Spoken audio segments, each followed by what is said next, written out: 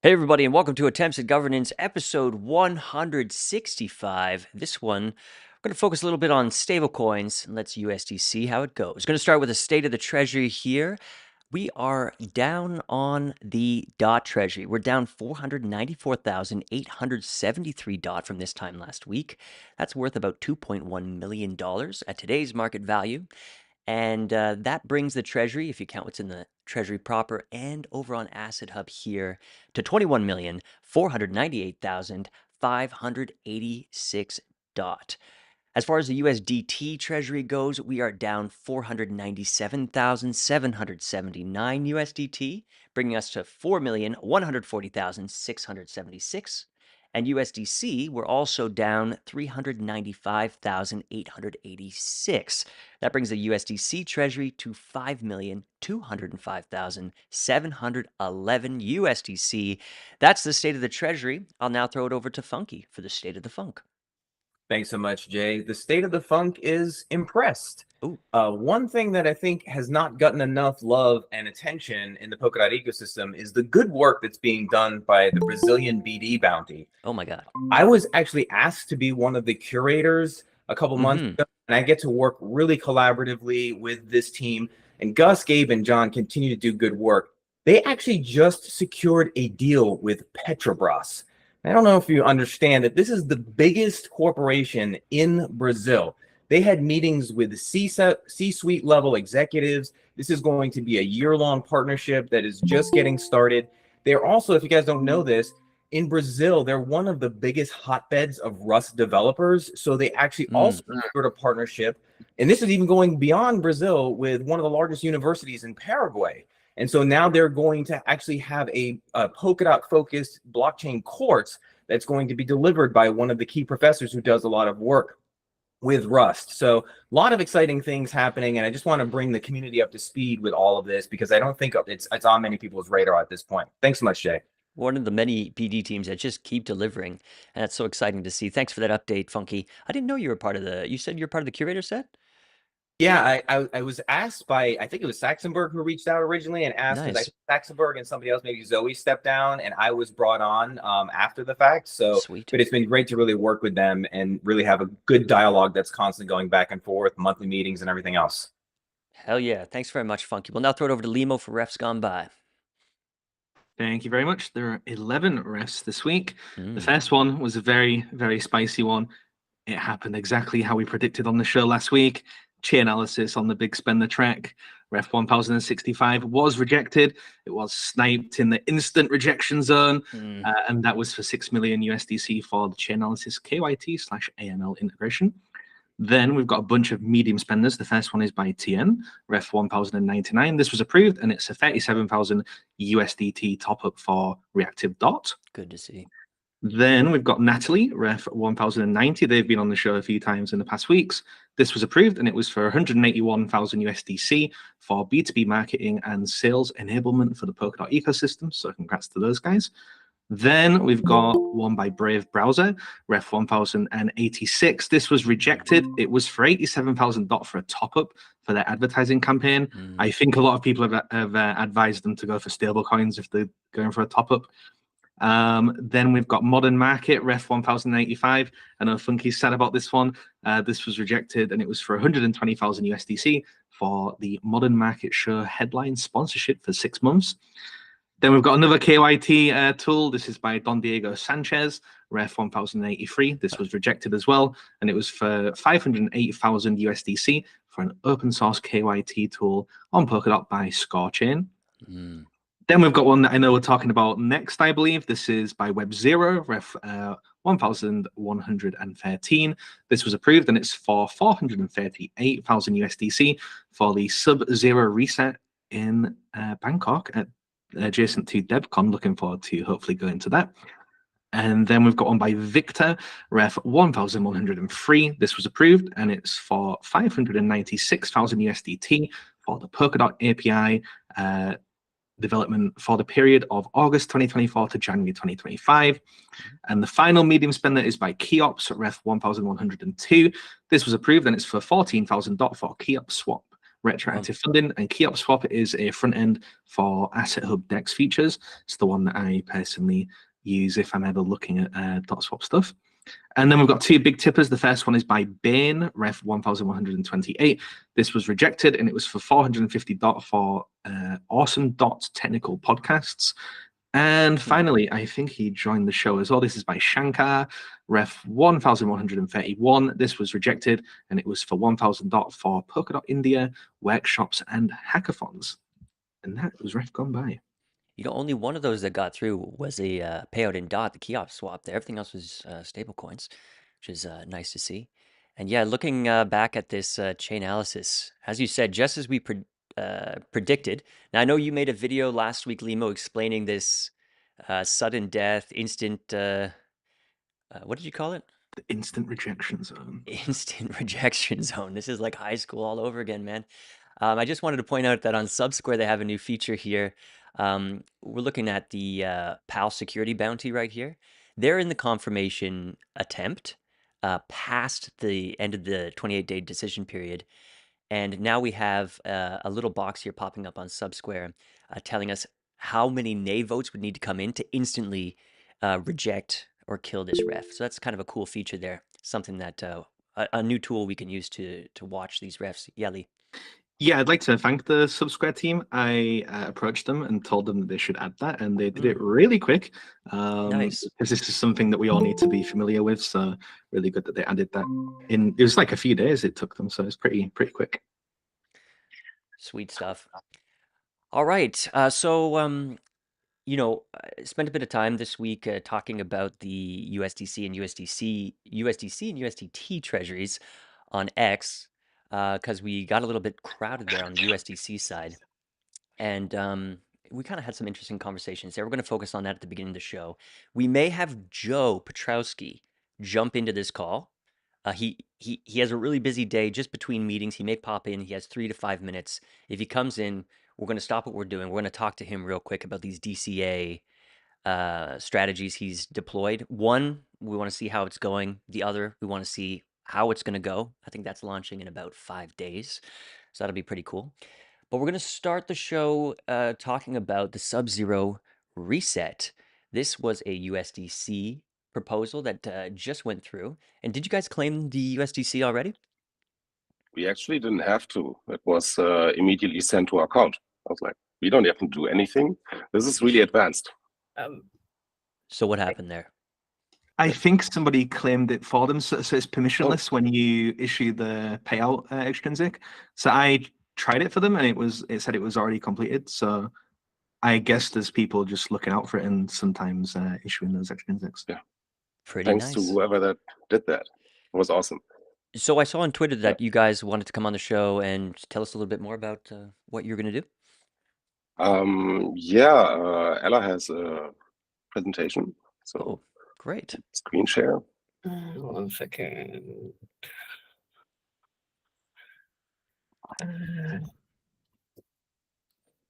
Sorry, for some reason it's not popping up.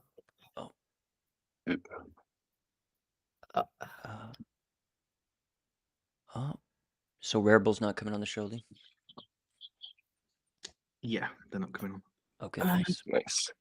Give me just 1 second to adjust my screen so I can follow everything. All right, guys. Not like it's the top of the show or anything. Here we go. Here we go. We have time.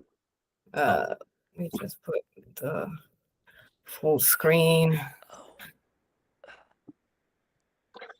So yeah, great news. SubZero is happening. The proposal went through. Thank you all for the votes. Amazing.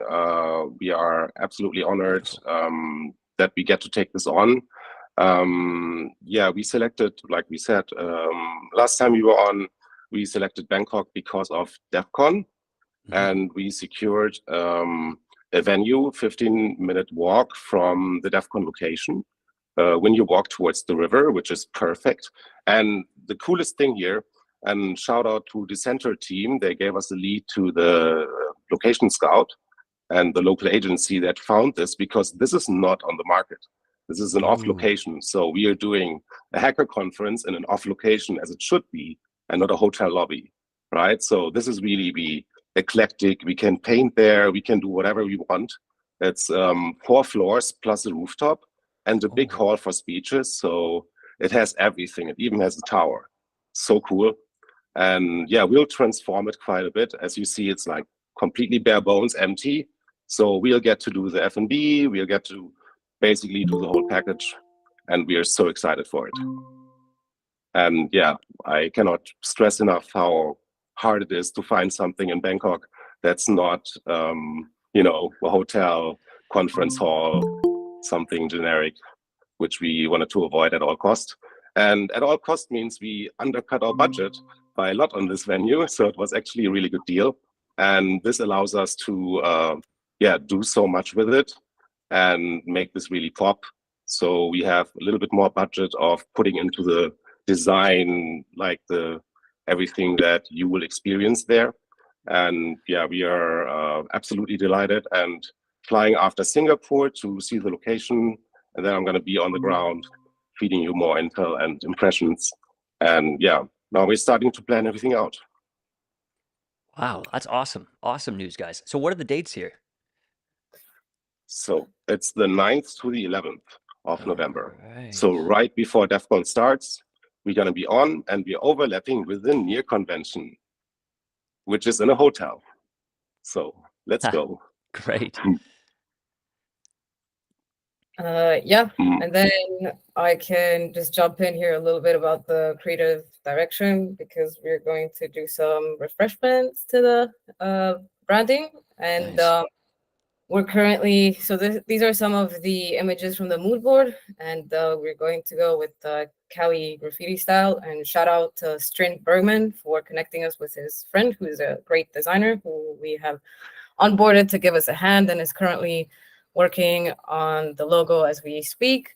So because we wanted to bring it closer to the roots and the hacker culture, we have kind of been inspired by street art. And because we have such a big venue, we will hire artists, including some people from the Web3 Foundation that will do some graffiti on the walls. I'll show you some images later. I'll say how that could look like as well. Additionally, we're gonna do some extra toppings to the logo. We're gonna code it in 3D because we're planning on having projection mapping and potentially holograms. We still need to see the budgets for that and how expensive it is.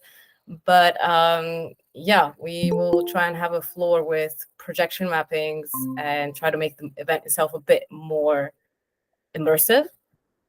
And then these are kind of the layouts and the styles we're going to go for when it comes to marketing imagery, if we have any posters and stuff, and then also speakers, images, maybe like this one down below. And in terms of the actual space, this is the kind of style we're going to go for the interior. And we plan to make the majority of the building like that, and maybe even the rooftop, which we could shoot with a drone or something similar for the Astra movie. And yeah, I'm gonna hand it back over to Roman to give some more updates. Yeah, I mean, to make this rather big space pop and lively, we are working with local communities, and we are onboarding one person that got recommended by OpenGov, who's from Thailand, and she is working with some media outlets and hosting events too. So we really want to make sure that we have everybody in the Polkadot ecosystem, but we also want to have extra people. So we're doing our best and building a strategy to attract them, and yeah, we are making sure that we will have big topics to talk about. Jay, we will go into DMs at some point and discuss the big alpha we can prepare for SubZero. We have a media pipeline and PR pipeline that we're building to yeah, to really hit the market, not only in the general crypto space but very localized, so everybody in town wants to come, basically. Yeah, we're also onboarding some little bit of help on the sales side, so we will try to lower the Polkadot Treasury bill by onboarding extra sponsors. And we are doing quite a bit to get to that target. Also, going to hand in the Cardano Treasury proposal. So using their new OpenGov system, collaborating with them on that. Yeah, and we want to make sure that we have a lot of partners that are substrate aligned, ecosystem aligned, that but are not necessarily core Polkadot also involved, and yeah, bringing their communities, and yeah, so we can all work together. And you'll like to know that we are planning a media room to shoot podcasts in and to yeah, do broadcasts from there.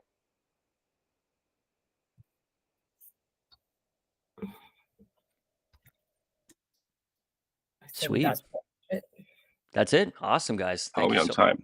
Yeah, All no, right. no, you're doing good, doing good. Not bad. All right. Some time for questions. Limo, go ahead, buddy. Yes, so 2 questions. When are tickets available? Do the tickets cost money? And when can people sign up to speak at this event? So we're preparing a sign-up form for speakers, and we will coordinate with Cancer DAO on that to make sure that this is handled professionally and not at all in a chaotic way, as the name would suggest, but I'm sure that's not going to happen, right? So yeah, we're going to get into that and post this link very soon. We're also preparing a landing page, so the whole package, and we are coordinating with the center to have the reach of the Polkadot app. And yeah, so regarding when people can get tickets, hopefully very soon. We have to get a little bit of a head start on the design assets now, and after that's done, we will have that ready. The tickets will be free of charge, as will be the food and the drinks. Whoa. So yeah, everybody's in for a good time, I would say. We'll make sure it's mostly developers though, so that's really our goal here, to attract them. And yeah, we really want to get the local developer community, because yeah, let's show them a really great time, let them want to build on Substrate. Let's do it. Awesome. I think Maybe give them a couple of drinks to convince. Sorry.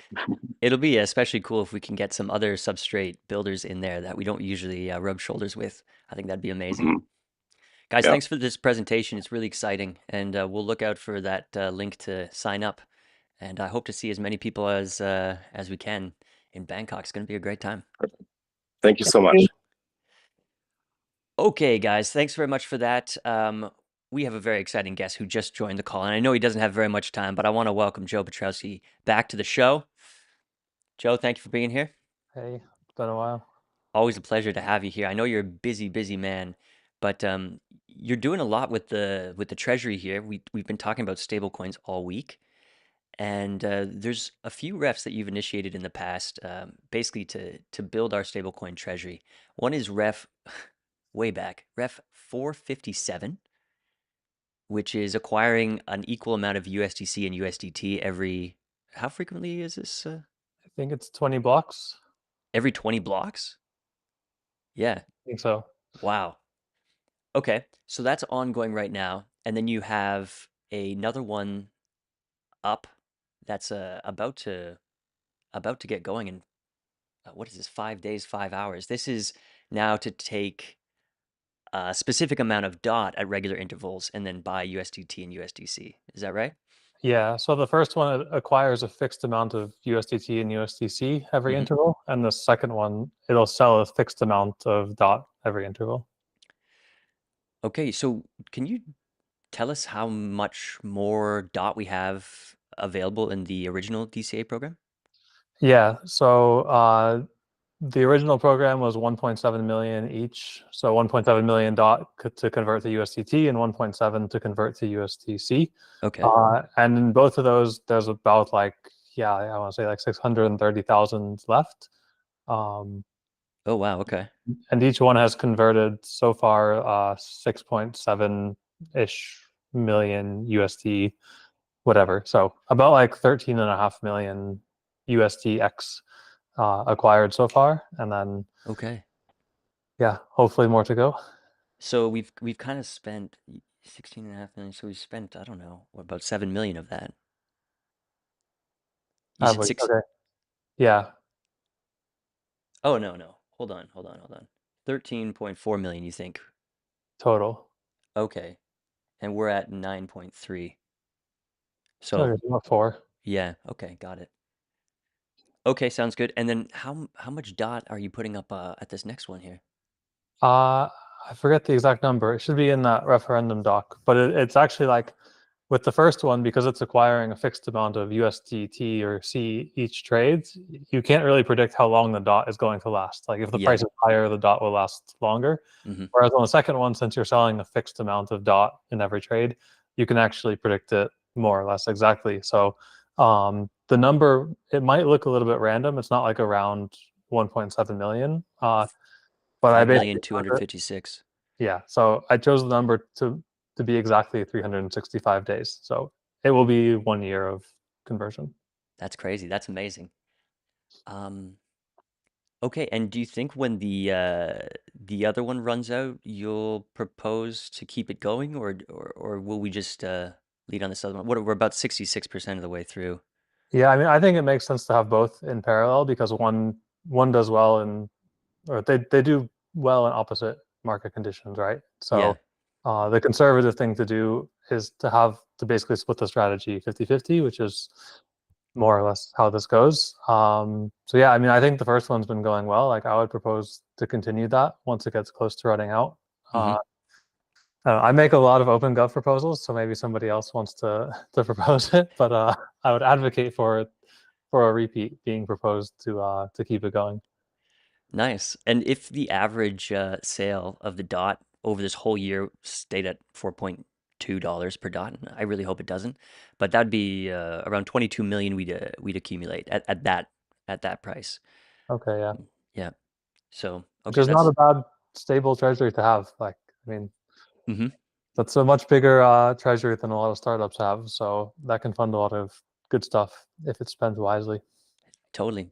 And as I've been saying, I mean, if we're lucky enough to sell dot at even higher prices, maybe we could even stop spending the dot treasury for a while and allow that to rebound with this new fixed income. Could be pretty interesting. Yeah, and even with the fixed income, like I don't know if other people agree with me, but what I would like to see is to have it also fixed and divided into some of these sub treasuries. So Ooh. get rid of like the fellowship or ambassador program tooling collective making one-off proposals for big chunks, but rather Yep. just say like, okay, 15% is going to the treasury, but of that, like 1% is going to the fellowship, 1% is going to this, or whatever the numbers are. I think it's a much better or more efficient way to break it up.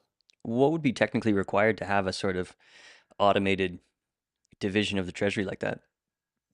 I mean, not much. Like the thing that would take a little bit of engineering would be to make it like the configuration editable, or like editable is the wrong word, but like updatable via a referendum. But like even now, if you look at how inflation is implemented in the runtime, it basically says like, after staking takes its cut, it says like, well, what should I do with the rest of this inflation? And it just says, put it in the treasury. And you could rewrite that today to hard code in that some values go here and there. But of course, yeah, if you wanted to have like, it would be nice to have like a table where you can say like X% goes to this, Y% goes to that, and then you could make a referendum to update that table. But even that is like a relatively small amount of work.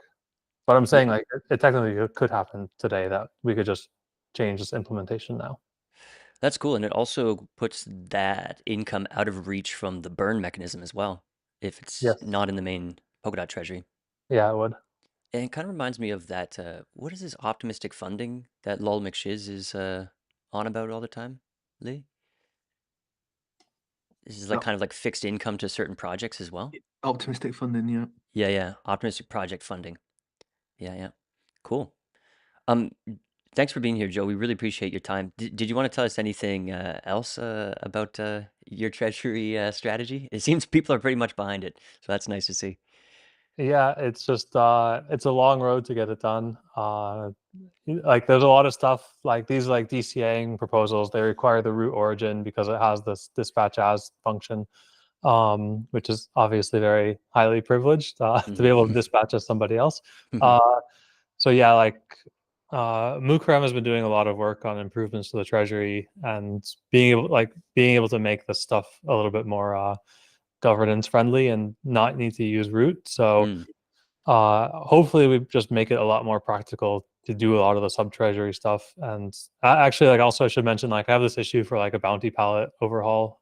So like bounties should be a lot easier to create, and like assign curators, should be able to hold stable coins, should be able to actually like not just hold stable coins, but like manage their funds. So if you give a bounty like 100K dot, the bounty curator should be able to, you know, convert that into a stable coin themselves and like basically manage their own budget. It's just, yeah, there's a lot of improvements we can make there. Yeah, totally. Well, we're getting more sophisticated and more mature. I mean, even since your first DCA went through, look at where we are now. So thanks a lot for all your work, Joe. Yeah. And thanks again for being here. I can stay a minute if you have questions, but sure. yeah, Do we have any questions? Back stuff. So unfortunately, I can't stick around long term. Yeah, it's okay. Anybody have a question or comment for Joe while we have him? Yeah, I asked how you voted on the inflation ref. Oh. Which inflation ref? There's 3 choices, right? It's like if you want to keep it the same, go to 8% or go to fixed. Oh yeah, man, I was on vacation without a computer for the couple of weeks, so I haven't voted yet. Are they still open? Yeah. They are. Okay, I'll go read them and vote. Great. Yeah, right now, I mean, the 8% fixed, the relative decreasing one is way up. 54, almost 55 million eyes for that. Over 9 million nays. Yeah, the other one's like 35 million nays to 16 million eyes. So yeah, that's not really changing. In this case, to have like an approval voting system where you could just say like these 2 are acceptable to me, and of course like voting for all 3 is like meaningless. But like rather than seeing like which one gets the most, like find the one that's most acceptable overall. Yeah, I might suggest the next time we do a ref like this to do some kind of trickery with UI where maybe you vote in the last decimals of your vote, select the choice. So like if I vote with 100.001 dot, then I'm voting for option 1, or 100.002 dot, voting for option 2, something like that. So that allows people to signal across things better. I don't know. Yeah. Yeah, it'd be nice to have like more flexibility. I guess it's also like related to the Treasury that like, yeah, some means of selecting a number instead of just a yes or no. But we talked about that at the Brussels thing. Well, look, we have a pretty interesting ref to discuss, and this has to do with a lot of what we just talked about. It has to do with where we put our Treasury, especially in the sense of savings and gaining yield. And we also have a unique situation here where the Polkadot Community Foundation was the beneficiary. And so the amount that's actually going to leave the Treasury in the end has changed. Anyway, Joe, I wanted to thank you again for being here, but we're going to move on to this ref here. Yeah, thanks for having me. And hopefully I can stay for a longer one next time. Yeah, you're always welcome. So the one I wanted to talk about here was the Centrifuge proposal to take some of our USDC and convert it into T-bills. We've had them on the show a few weeks in a row, but last, I think it was Monday on the Kusama show, we were kind of looking at the numbers and realized that this 3 million would be a big piece of the stable coins, and stable coins that didn't any longer seem like they were idle. So the team has come and updated their proposal here, and they're going to take just half of their original ask, now 1.5 million. And because the beneficiary is the Polkadot Community Foundation, which is an organization that works for the DAO, they are now instructing the PCF to return half the USDC back to the Treasury once it gets into their hands. So I want to welcome Grayson back to the show. Sir, welcome. Thank you. What do you want to tell us about this ref? Yeah, mostly just high-level overview, and then just go over the updates again. And we also have Yvonne from Centrifuge here. Hey, Yvonne, yes, welcome. You gave a good summary there of what we've kind of changed over the last week. But yeah, just quick summary. Coming from Centrifuge here, Centrifuge was founded in 2017. RWA protocol built on Substrate. Centrifuge chain was launched in 2021. We posted original discussion a couple months ago, looking for feedback from the community on an appropriate amount to request. Posted the ref about 2 weeks ago. The proposal is really to deploy idle USDC with the Polkadot Community Foundation to earn U.S. government treasury yield on idle stablecoins, following similarly to what the Web3 Foundation did back in January. Yeah. Goals being to earn yield on idle stablecoins, to grow revenue to fund other proposals, to weather down markets, and then also to grow RWAs on the Polkadot network, to be part of that fastly growing industry, part of that narrative, to really show that Polkadot can be a home for RWAs. But kind of going on what occurred over the last week is we were alerted by several members of the community that after our ref, there were about 5 other big spend proposals after us that if the Centrifuge ref passed, not all of those proposals after us could be executed because the requested amount exceeded the current balance. We really see Centrifuge as a long-term DAO treasury partner. So we're really not here to inhibit any sort of short-term spending. That's what the DAO treasury is really for. I didn't hear you. So we would happily cut our ask to 1.5 million to kind of alleviate those short-term concerns. So what that looks like in practice is we edited the ref so that the instructions for the foundation say, as soon as you get USDC, send half of it back. So it's a quite simple solution there. Just like Jay said at the top of the intro, the beneficiary is directly the Polkadot Community Foundation. So Centrifuge is not involved in returning funds. It's an entity that works directly for the DAO. Yeah, and I think to continue to be the long-term DAO treasury partner, maybe it makes more sense in the future to have a proposal that has incremental smaller amounts in the future, so that it's never a big chunk that can potentially inhibit short-term spending, because that's not what we're here to do, and we're here to really be the long-term treasury partner to earn yield on idle capital. So yeah. Awesome stuff. Hey, I wanted to bring something up here. Yesterday, we had this post where we learned that Anemoy had just tokenized an additional $15 million worth of T-bills. And this is secured by Polkadot. This is increasing Polkadot TVL by 15 million. Is that right? Yeah, so the investment, the 15 million investment itself is on Ethereum, but that is Centrifuge TVL. Centrifuge is secured by Substrate. So what is the TVL that you're holding on Polkadot on the Centrifuge? I'm actually not quite sure at the moment. I'd have to pull that up. Okay. Yeah, that'd be interesting to know.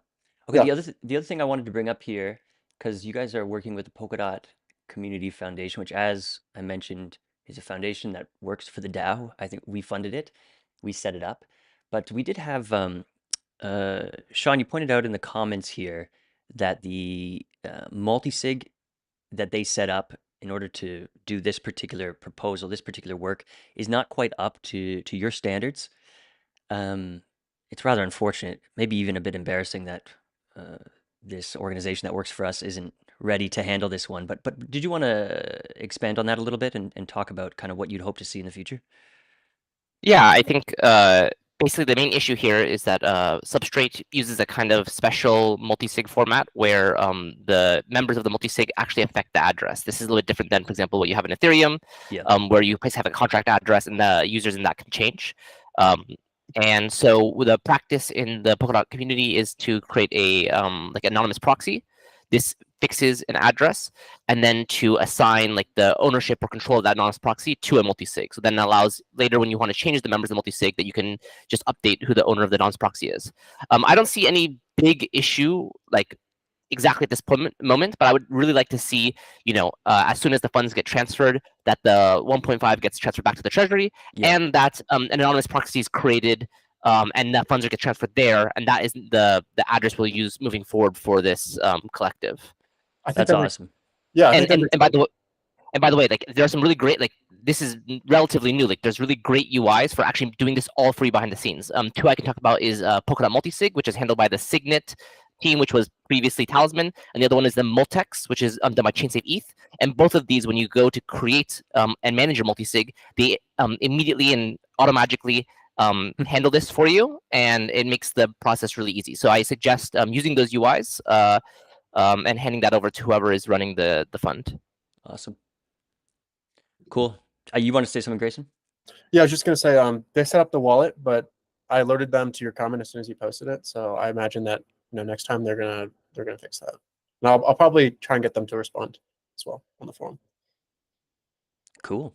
Okay, awesome. Anybody have any other questions or comments for these guys before we move on? So we are bouncing back. We are at 54.3% in favor now, and we have over 2 weeks left here. But at the current levels, we'll be entering confirmation in 10 days, 16 hours. And yeah, it's pretty cool. I hope we can have a nice, fruitful, long-term relationship with Centrifuge, not only to set aside some of our idle stablecoins, but also just to support another ecosystem project in this way. I think it's pretty cool. Cool. Guys, thanks very much for coming on the show. Thank you. Thank you. All right. Next up, another USDC proposal, a big USDC proposal. This is growing the music vertical on Polkadot by onboarding Billfold. This is 1.13 million USDC, and so far, people are pretty supportive of this, 99.2% in favor, with just over 28 million DOT in play. Spencer, welcome back to the show. What's going on? Thanks so much for having me, Jay. Yeah, I mean, I just wanted to give a quick update on this. Obviously, we're very grateful that the community supports this initiative. We're super excited, obviously, about where closing this deal and onboarding these users. So I just wanted to point out a few or emphasize a few points that I think kind of give the TLDR here. Mm-hmm. First off, we're verified by the Web3 Foundation and legally obligated to present all of our contracts. That's like part of the milestone requirement for the DF grant. So I know a couple of people had some questions about like, hey, like, how do we know that there are 3 million users? And it's like, we spent four months going through the data and also understanding their financials and reviewing that with the good folks at Transistor, and pricing the deal. So, we didn't pull this out of nowhere. And we have to present those things to the Web3 Foundation. So hopefully that helps, ease that concern. Obviously the prop is in stables. So, as long as there's USDC available for us, it's a helpful point there. PMEI is also not charging a fee whatsoever because we are a DF grant recipient. Oh. And the 3 million active users that we're bringing into the Polkadot ecosystem are going to be through custodial wallets. And there are clear paths to non-custodial solutions. So we're, basically bringing these users in, solving issues for the vendors and for the brands that are engaging with these attendees, creating borderless payments with USDC, and then basically saying like, okay, well, how do we get you into the ecosystem further and creating non-custodial a path to non-custodial wallets. The contract term is 3 years. That's an important piece to note. Nice. And no additional fees. So like if we were to renew the contract, which is, ideal, obviously, and if we do a good job, there's obviously huge value here. So Billfold, I'm sure we'll be renewing it. We don't have to like come up with another $1 million in 3 years or something to pay them for that. every new user gets a Polkadot wallet, and just based on like their CAGR or their compounded annual growth rate, we're expecting to see 6 million wallets within that term, within the 3 years. So above and beyond, not above and beyond the original 3, but in total. And then they're doing 150 million in annual transaction volume. That's the third point, or the sixth point. And then we'll have direct user marketing on both the point of sale system. So like when you go and pay for something, it'll say secured by Polkadot with a little animation. It will also be on your digital receipts. A lot of these users, I think, it's not that they don't have the propensity to be in Web3 or crypto, but I just think they want to be at the venue and have like a good experience. And whether it's at a Formula One race or it's at a DJ event for Solomon or something, like they just want to be there and have a good time. So them having a positive brand deposit with at the venue and like just getting their drink super quick and not having to worry about payment, and that whole process, I think is highly valuable with just direct user marketing and seeing Polkadot secured by Polkadot at the bottom of that. So that's all I've got. If anybody has any questions, I'm happy to answer those. But this is a home run deal, and I do want to continue getting the support of the community and answering any questions. And I'm in a lot of different places. Miami and I are both in lots of different Discords and DV groups and things like that. So if anybody hasn't been able to find us, you can also just reach out to us on Twitter to ask questions as well. Awesome. Thank you. Thank you very much, Spencer. Anybody have any comments or questions on this deal? 3-year deal. 6 million projected wallets.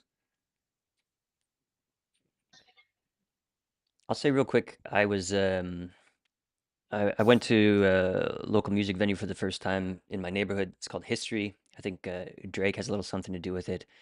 And it was an awesome time. The experience was phenomenal. It was Anderson .Paak. He was stopping in town because he had a movie premiering at the movie festival here, and he just did a kind of like a surprise show with his band, and it was so sick. Everybody was dancing and having a great time. And it just, I was thinking about your proposal here and just thinking about how important it is to get Polkadot beyond, what we define as blockchain and crypto today, and really to this global audience that will consume the Web3 we're building. And as you're saying, just having positive touches with the Polkadot brand, realizing that Polkadot makes things easy where people are having a good time is really positive. And we're seeing that with the Connor Daly deal. We're seeing that with the Inter Miami deal. We're seeing that with the Heroic deal. And it's really just pushing Polkadot beyond like crypto Twitter's ideas of what blockchain can be.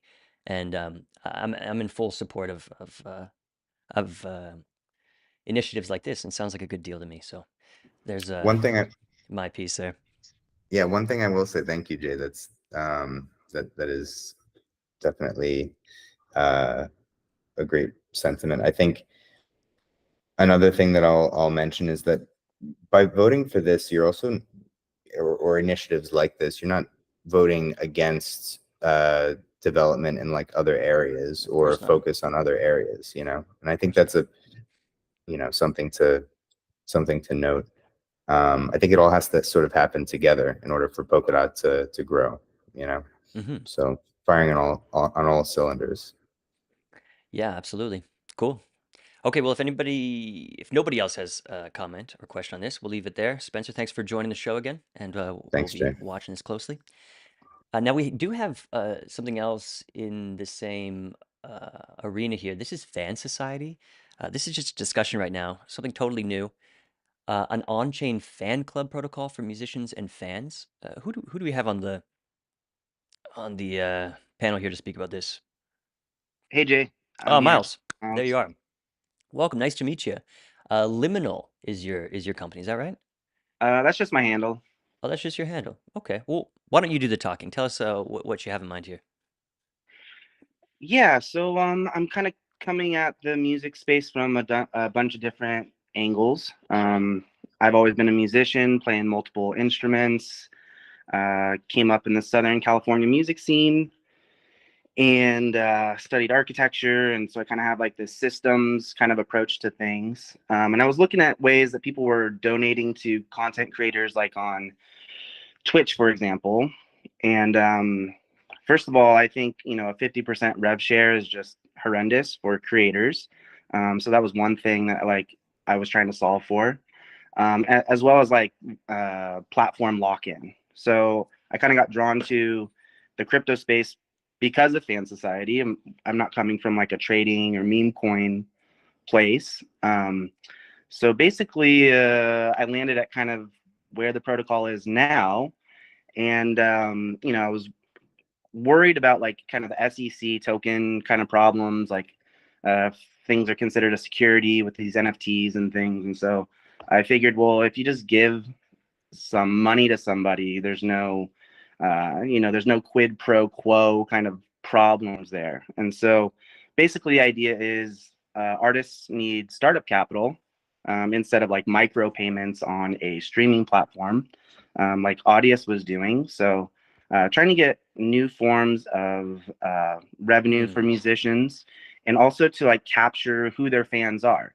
So part of the music scene is, it's cool to hear about an artist first and turn on other people to an artist. But if you've got like a digital asset that says like, yeah, not only did I know them, like I've got an on-chain asset that says like, yeah, I knew them 5 years ago. And not only that, I donated to their cause. And so the artists are able to index who their fans are, who supported them, and are able to give back. So it's supposed to be a two-way conduit between musicians and their fans, and try to get out of the way, let them do their thing. Okay, it's a fundraising platform for artists, and that connects them to their early supporters, basically. Is this Yeah, correct? it's like a crowdfunding kind of ideas. And so it uses an 1155. I'm coming from the Ethereum space, and just kind of discovered Polkadot from Consensus this year. Cool. And met Spencer at his Bash event. I'm repping the Bash t-shirt today. And I got tied in with Sasha, who was running the hackathon there. Yeah. And they were really inviting, and kind of fell down the Polkadot rabbit hole. So spent the last few months kind of like really getting into it, following AAG. And so things are built currently in EVM space. But I'm seeing all kinds of great opportunities, in Polkadot, bringing EVM skills and bringing other developers that I know in the space. I got started in the Scaffold ETH and Build Guild community. So I've been making contributions there the last couple of years. And I think Polkadot's pretty awesome for a number of reasons. So we really drew you in with the gravity of the EZA hackathon at Consensus in Austin, Texas. Is that right? Yeah, I think that was my gateway drug there. Now, look, you're asking in this discussion here, you're asking for just 19,200 USDT. We appreciate a kind of a lower introductory ask when we're getting to know new people. What does Polkadot get in exchange for that amount? And then I'm going to throw it to you, Tommy. Well, I'm only asking for like part-time dev time. You're getting at least one dev from the Ethereum space, which I think I've heard a number of times on these calls. And like I said, I've got other connections to other Ethereum developers who are open to, this multi-chain world. And obviously, I mean, if people just look into Polkadot and they really start to understand the Polkadot ecosystem, it's just an easy sell for them to look into Polkadot. Yes, you can bring all your EVM related tool sets, and plus you've got Substrate and you got Tansy, you got all kinds of amazing things happening here. And one of the reasons that one thing that I wasn't happy with on EVM was the layer 2 rollups. I didn't feel like those were very good decentralized solutions. The more that I kind of dug into it and was asking questions about it, people didn't have very good answers. And I think if you start to compare Polkadot versus, the space in Ethereum as it is now, it's really easy to get people over into Polkadot and developing here and building here and hyping it up, talking about it. Okay. But long term, I think it's a use case that people are already doing this, right? You're not asking them to trade meme coins or collect POAPs or anything like that. Like people all already want to give money to musicians because they know that musicians don't have good sources of income. They're already doing this. Like if someone's playing guitar in the street, you drop $1 in their hat, you basically just did what FanSociety is providing. We're doing this on chain though. And the person who's donating gets a digital asset that proves that they made this donation.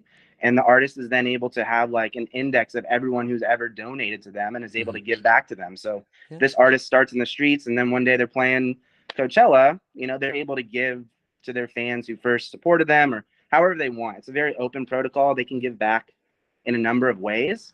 But trying to be very open and allow communities to run their own communities how they want to. All right. All right. Yeah. Interesting concept. Okay. We have 4 minutes left here. Tommy, you have a question. Then we have some more raised hands we'll get to.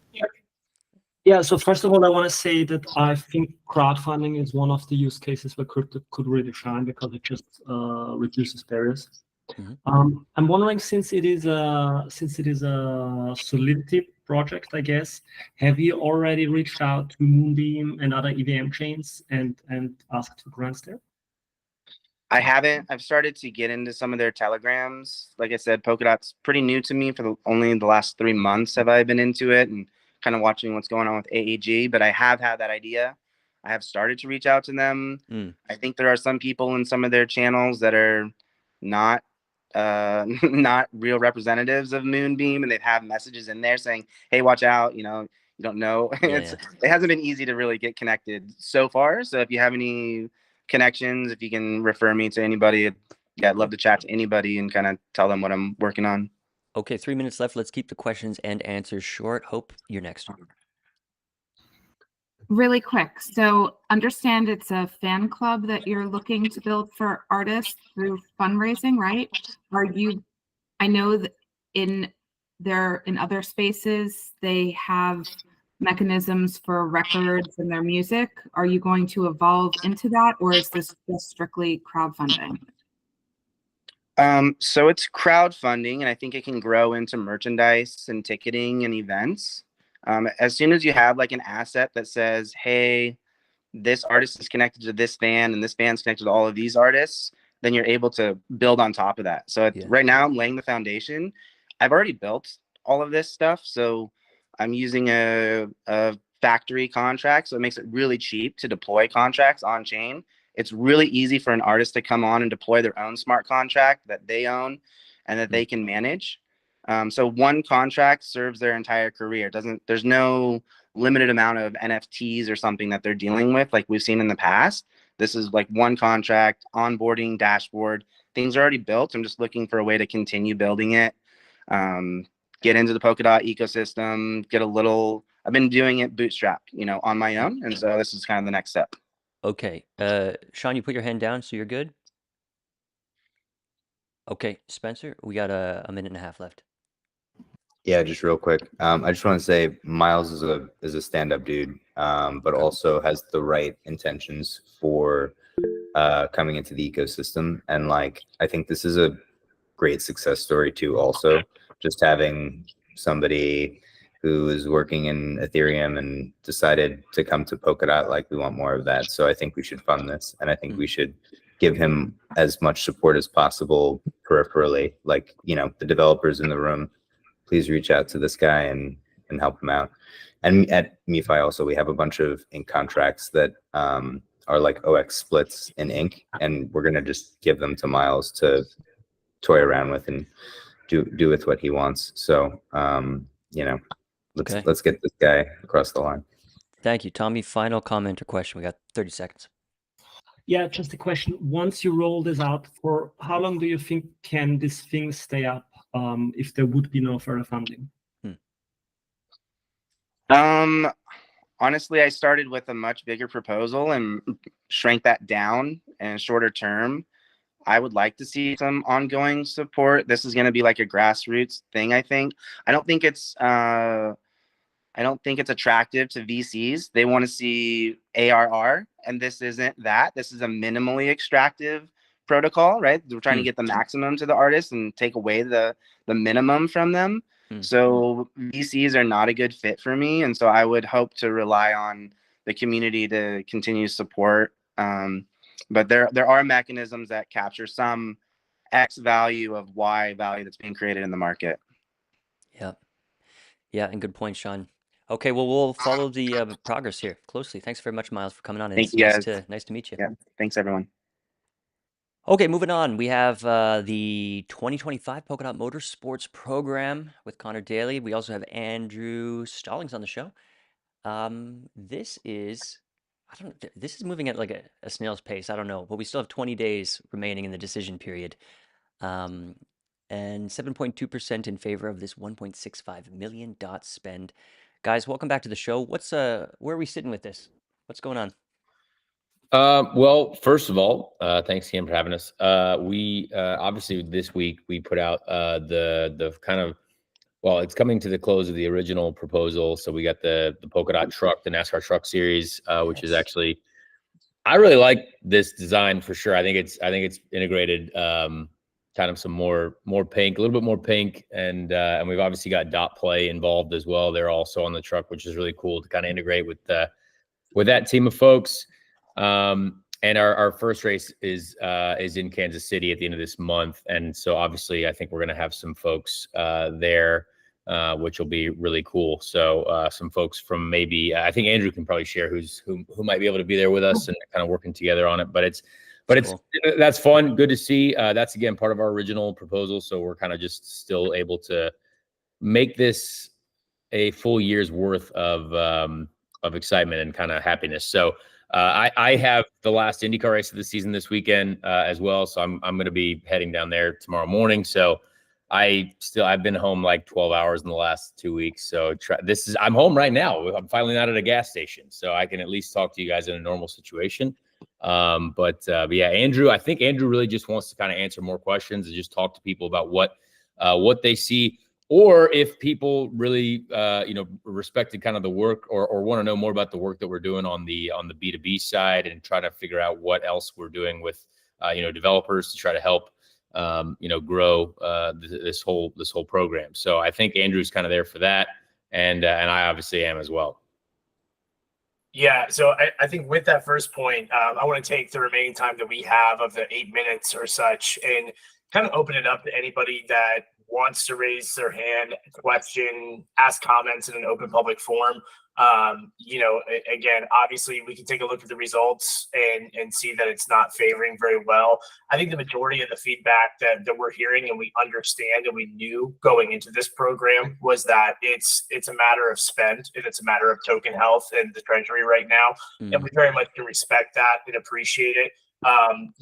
Some of the comments early on, I think were coming from a place of just outrage and thinking that we weren't being very considerate. But I think if you take the time to really look through everything that we've built out and developed, it is very curated. It's very thought through. There's a lot of layers to it. And I hope for maybe the last 2 weeks on AAG, us bringing external partners in here to kind of talk a little bit more about some of the B2B elements of what we're doing for the betterment of the community. We have our good friends here at EZA, I know, on the panel today, here to discuss some stuff of what they're doing, but we've had such an incredible experience getting to know them. And again, aligning ourselves with everything that they're doing from an educational standpoint and really sitting down and learning about, kind of the key learnings that developers are going through with those pieces. So this far exceeds, everything that we're doing. And again, I can very much absorb it. I know Connor can, Chris can, everyone else, the feedback where it's like, guys, this is just too much money.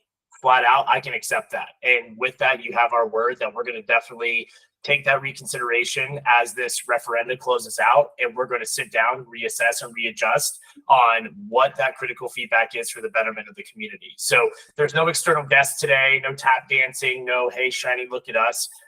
Again, if there are no questions, comments, or anything, I'll happily leave the rest of the 5 minutes or so up to throw it over to the next discussion referendum here. But we at least wanted to allow anybody here on AAG today to, again, feel free, poke holes in anything that myself, Connor, or even Chris, as our ambassador since day one, can answer with any of this stuff.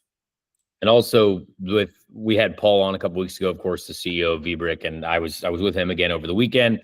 Yeah. He's the amount of money that his personal company is putting into the development of working with Polkadot and trying to figure out what just where they're going in the future is really exciting. And he honestly can't stop talking about it, which is kind of crazy because he's like the guy that probably like just discovered gold for the first time. It feels like he's like, this could be something that's really huge. So it's very fun to talk about with him. And we tried to win him a race. We finished second in the first one, and we were leading the second race for him. Would have got him their first win, but we ran out of fuel. So we didn't have enough fuel in the car. There was an issue. So he's motivated. It's really cool to see someone at that high level of a business and who has done a lot in the business space, excited about this program. So either way, no matter what happens with this ref, we definitely still have some incredible things going, and hopefully, obviously, we can continue that that level of integration as we go forward in the future, because we don't want to stop growing this community and growing the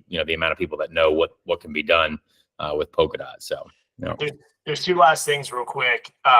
I don't know if I've mentioned this, but I do have a dedicated person on my partnerships team at my agency working very closely alongside Chris to really do a lot further research on B2B opportunities as it relates to our program. From that, we did have a conversation with SAP this week. It was a very introduction-based call in terms of again, what their services, offering systems, and corporate B2B offerings and what their opinions on Web3 look like. So again, that has come directly from us dedicating full-time employers within our agency to do that. And then there's also been some comments that I've gotten on X, and also I've gotten just on Telegram about .plays integration onto our truck this week for Kansas. Yeah. I see Angela here, she could probably speak to it, but Connor has directly been involved as an advisor and coming up on a board member with .play. So this is a very authentic integration. Gaming is very, very much a big passion project of his. So it's not anything backdoor, no backdoor panhandling or anything like that. This is very much an authentic and credible relationship and business relationship that we feel, especially, with .play's announcements with NFL rivals, the Kansas City Chiefs, being in their backyard in Kansas. There's too many credible opportunities to align with that. So yes. I know I promised more time with questions, but I did want to get those two things off my plate as well. I mean, imagine we've invested so much into .play. How could any dot holder think that this is an issue anyway? Connor, your races have been crazy lately. Some of your finishes amazing, and then some of your luck horrible. It's just wild to see. But it's great to see you on the podium. And who knew that this race sponsorship would lead to VBrick and an amazing BD arm for Polkadot? What are we gonna do here? What do people on the panel think? How do we move forward with Connor Daly and this team? Right now, they're asking for 1.65 million DOT. Obviously, they're doing great work bringing new partners into Polkadot. Where do we go from here?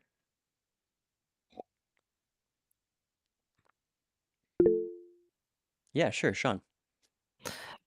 I think it's really been awesome to see the collaboration. I think the most exciting thing for me is seeing the blockchain go and actually make impact in the real world and actually make things happen. It was super exciting. I think, to be honest, the action items on what a sponsorship like this can do hasn't been so exciting because we haven't had a great landing spot for users. But I think coming up with the Polkadot simple app, if we can do strong collaborations where there's action items for users to actually go and download an app, get educated, use things, I think that's gonna be really great. So I think moving forward, actually, the dot or the value of a sponsorship like this actually will increase. Yeah, you know about the VBrick's integration, Sean? Actually, I'm not familiar. Oh. And what's the elevator pitch on that one? Oh man, 30-second elevator pitch. One of Connor's race team owners on the sports car side is the CEO of VBrick, which is a massive telecommunication and video B2B platform. He is working with Gotham and his company. I Blockchain Labs, is that it? Or Blockdeep. Blockdeep, yeah, sorry. Blockdeep Labs. And they're working specifically on an MVP model that's going to be presented in October to the likes of AWS, ServiceNow, and some of the biggest, corporate companies in Indianapolis as well.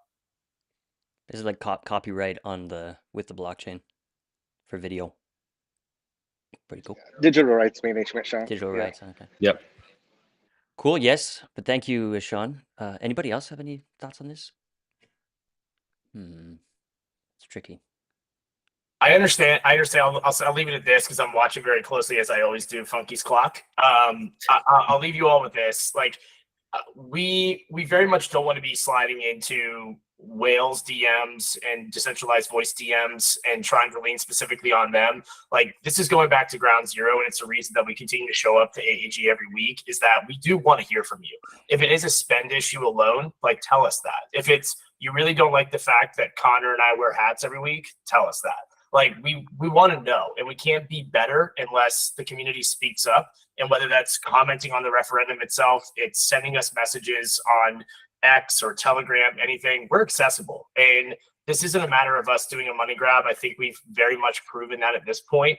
But with all the work and effort that we've done to date, we certainly don't want this to fall on deaf ears going into next year.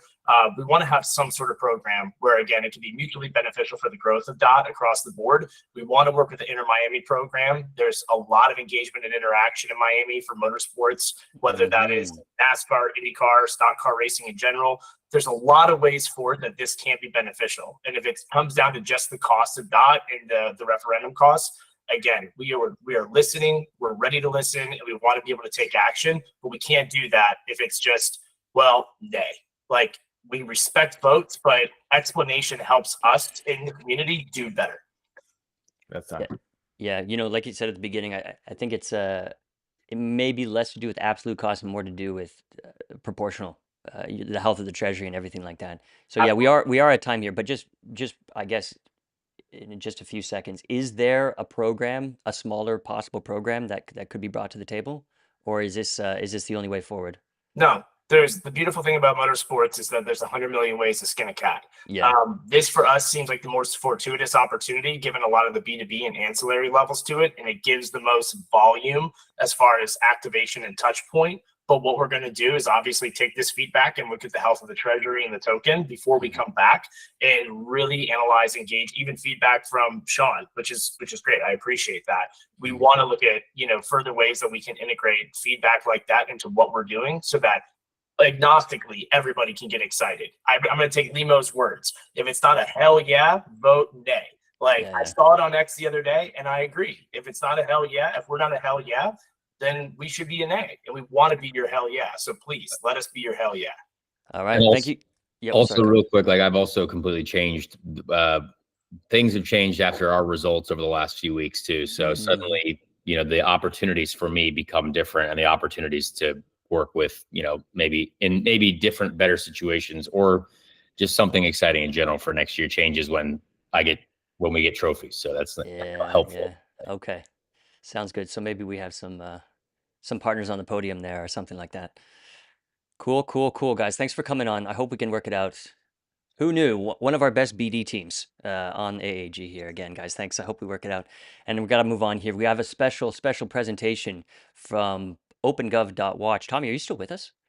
Yes, I am. Oh, thank God. There you are. Okay. You introduced this. I saw this last night just before bed. Oh, wait. No, you want to talk about bounty standards? If you allow me, I will share my screen, and I'm okay. actually going to talk about. I thought you wanted to talk about the legislation thing. No, let's talk about bounty standards. Okay, go ahead. Yeah. Before I go into that, I want to share something. Doesn't have to do anything with OpenGov, but I'm just so proud that I'm going to share it anyway. Oh. If you go to Google today and you hit Polkadot and Wikipedia, you see that the second result here is Polkadot cryptocurrency. And I don't know about you, but this hurts my heart a little bit that Polkadot is referred to as a cryptocurrency when it is so much bigger. So in recent days, I got back into my old habits of editing Wikipedia pages. And starting today, this page is called Polkadot Blockchain Platform. I edited a little bit in the recent days, and it also talks about Polkadot 2.0 now and Jam. So we're getting this article up to a higher standard. Oh, nice. So yeah, just a nice little success story here. Okay, so the two serious things I want to talk about today is, first of all, I really love how far Polkadot OpenGov has come in the last year. It's on Polkadot for a little more than a year, and then Kusama 1.5 or a little longer. And if you look up OpenGov, you find the Polkadot wiki, and it explains OpenGov a little bit in theory, but I think there's very little introductory material out there in how does it look like in practice. So what I've been working on in the last few days is creating this portal. It's called Polkadot OpenGov portal, and it's intended for people that are getting interested in OpenGov and want to look around what is there. And so basically, it's just a Notion page, but it explains the different areas. So if you are interested in what is happening in technology, you see a list of all the bounties that are working in technology-related areas. You can go directly there. You see a few issues that I've noted down, and so there's ongoing work on taking down more issues. Writing down stuff, and so on.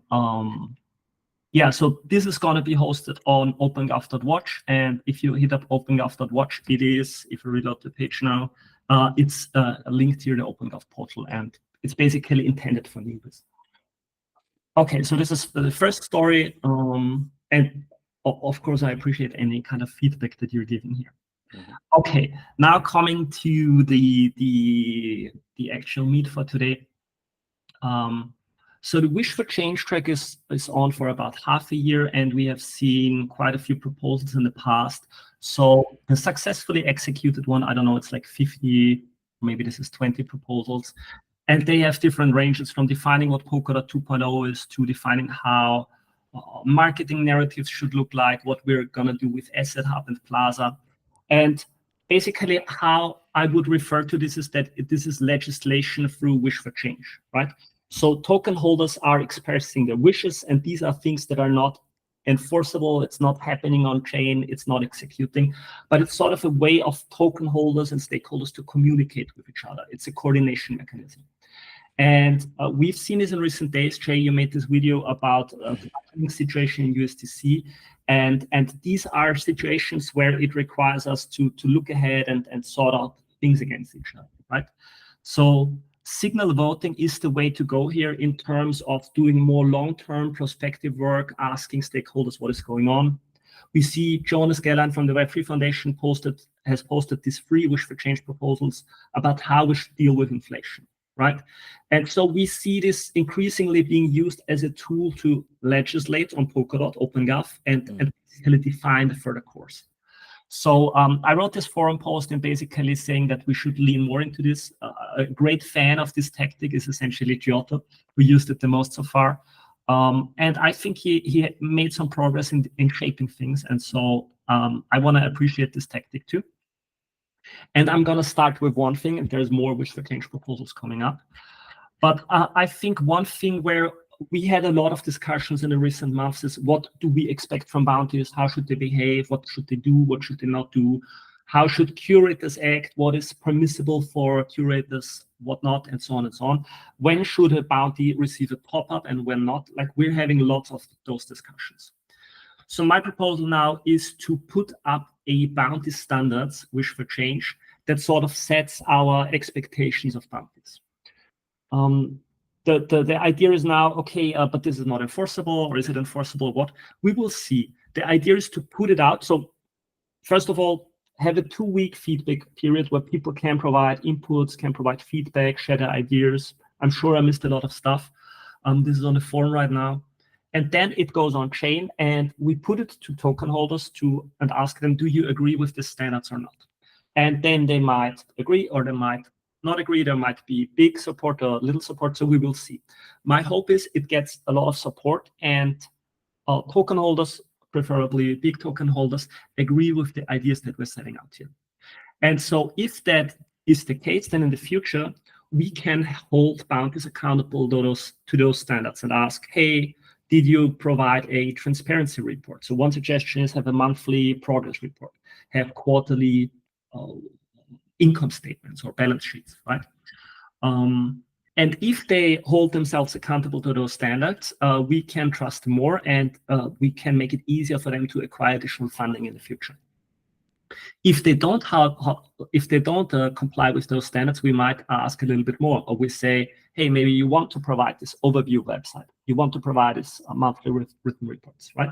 So the idea is raising the standards, improving our ability to hold people accountable, to audit things, to look into things, and make it better possible to define OpenGov and how we fund things. And what I would hope to see in the future is that if we see bounties that are really accountable and hold themselves to those standards, we can, as OpenGov, decide to bulk delegate some kinds of responsibilities. Let's say there would be a reformed marketing bounty that is in a way where we can trust it more and where it is accountable. We could say all marketing proposals should first go to the marketing bounty, a new marketing bounty, a better marketing bounty. And only if that marketing bounty rejects it, people can come back to OpenGov and will be heard there and might be judged differently than the marketing bounty, right? So these are my ideas. I posted this on the forum. It's wish for change draft bounty standards, and I'm hoping to see your feedback and open the questions now. Cool. I'm going to post this in the chat for anybody who wants to check it out. Let's hear from Hope. So I think one of my largest concerns on the bounty is, and I noticed where you put a grace period of 3 months. I think one of the things I'm concerned by is if you have participants on the bounty who are not active for a month. And when I say that, I mean like voting, feedback, looking over proposals that come in. I really believe that we need some form of fast track when a target is hit for non-participation, that a curator on a bounty can be replaced. Nice. Yeah, absolutely. I think that is the part of legislation where you try to set standards, but very often they are informed by past experience, right? For every law that there is, you can be sure there's a lot of good stories about how this law has not been respected in the past. I would say it sets a standard. It doesn't have to be 100% exactly like that. That is the beauty of having like a social system. If you have special circumstances that are different, I think it is very reasonable to explain those circumstances and everyone can react to that, right? It's basically sort of giving a guideline so that we can compare any situation we confront against that. And if a rule is bad, we can also replace it. Cool. Nice. Anybody else? Seems good. We'll check out the forum post. I just posted it there, so we encourage everybody to check it out, especially if you've been part of a bounty before. Yeah. Sometimes they go well, but often they do not at all. Yeah, and I'm sure I missed a lot of things, so it really depends on experience of previous bounty curators also. Absolutely. Yeah, Lorena. Yes, thank you. I'm part of the Spanish bounty, and we have this situation with Giotto when he asked many questions and asked about close the bounty, and we were very transparent about the thing. We fail in communication, so it's very good proposal that Tony did to us about being more clear. We have everything on chain, and we are very transparent with all the things. We have a Discord, we have many things, but maybe we should publish in a website or whatever all the links, and so all the community can see what we do. So it's very important. It's a big responsibility to take control of treasury funds in a bounty, for sure. So thanks very much, Tommy, for coming on the show. That's time there. We're looking forward to hearing from you on the progress with this. Thank you. Alrighty, let's keep going here. Oh, we have something interesting coming up. So, for several weeks we had a conversation about the AML situation, and now we have 3 proposals in a row, all of them different flavors of a block explorer with different features. So we have one by Kukabi at Helicon Labs for 180,000 USDT. We're going to get to that one first. But then we have one by Mosaic for just under 80,000 USDC. And then we have another one by Annoy for 60,000 USDT, but all very different flavors. And I think hopefully we'll get to that today. So Kukabi, if you're there, there you are, buddy. Welcome to the show. Welcome back. Hi, everyone. Thanks for having me. And it's good to see all of you. Now let me share my screen. I'll make a presentation. Sure. Entire screen. Share. Can you see it now? Yep. Okay. Our product is called Submerge, and it's an open source indexer, data analysis, knowledge transaction, and AML compliance platform for the Polkadot ecosystem. Around this area, this field, we have a number of challenges. One is in the indexer scanner and explorer area.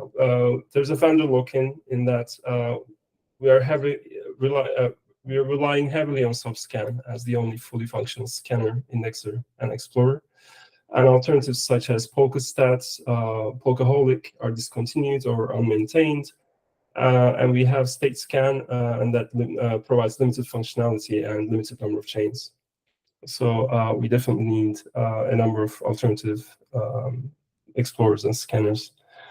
The second one is, as we saw with the recent proposals, we have insufficient knowledge transaction integration for the community and institutions as well. There's no open access KYT solution and screening solutions for DOT holders. And existing tools such as what is provided by SubScan through Merkle Science, its account attribution is limited and do not fully meet ecosystem needs. Third one is related to second one as well. We lack AML compliance tools. There's no dedicated research in the ecosystem in this field regarding compliance, and there's not enough tooling development by the community, for the community and external institutions. So this limits our ability to detect and prevent suspicious activities, anomalies in the state of the chain. And the fourth is, although there had been some developments with parity data team and Dune integration, we need a comprehensive platform for advanced data analysis and insights. And current solutions lack 2D, 3D visualizations and deep insights. We can definitely have more progress in this department. So our solution is a three-component approach. The first one is the indexer, which is a prerequisite for the next two components. It's a high performance, high availability, open source, multi-chain indexer written in Rust.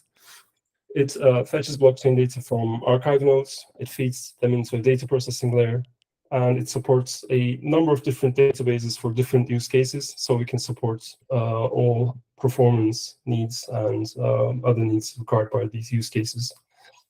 So we're going to develop a web application. It's going to be a complete block scanner explorer, and also is going to have other features for the coming two components. And the second component is the analyst and real-time analytics component. This is going to host advanced algorithms for data analysis, such as clustering, relationship mapping, and anomaly detection. These are going to be applied to different entities in the network, in the state of the network, such as accounts, referenda, validators, etc. And they're going to provide deep network-wide analytics using graph algorithms as well to discover clusters, relationships, and observe state changes. And the real-time analytics is going to monitor the state in real time for immediate insights and notifications for interested parties. Our third component is the Sentinel security-focused component. It's going to monitor the blockchain state in real time and again notify interested parties for anomalies and security breaches in the state. It's going to flag suspicious activities, and it's going to collaborate with regulators. As the developers, we're going to collaborate with regulators to meet compliance needs. And again, this component is going to integrate with external knowledge transaction and anti-money laundering services for account attribution data and screening. And also, we're going to build internal intelligence gathering capabilities into this component, which is going to improve itself over time. So when we compare our solution to the recent proposals, so I think the first thing to emphasize is this is going to be built by the community completely. So we're not offering an external solution into the ecosystem. This is going to be free forever for all dot holders. There's a the Explorer scanner application in its entirety is going to be completely free, and then we have existing substrate expertise. I've been working in the field for 3.5 years. I developed many applications on top of substrate storage, so I think we differ in that department as well. Number of supported chains, we promised 19 chains. Again, I think we propose an advantage compared to the other solutions. And yeah, you can check all this on the proposal. Delivery time, we offer 2 milestones of 3 months each. So we're going to have deliverables to demonstrate to the community in 3 months' time after the project commences, right after the approval.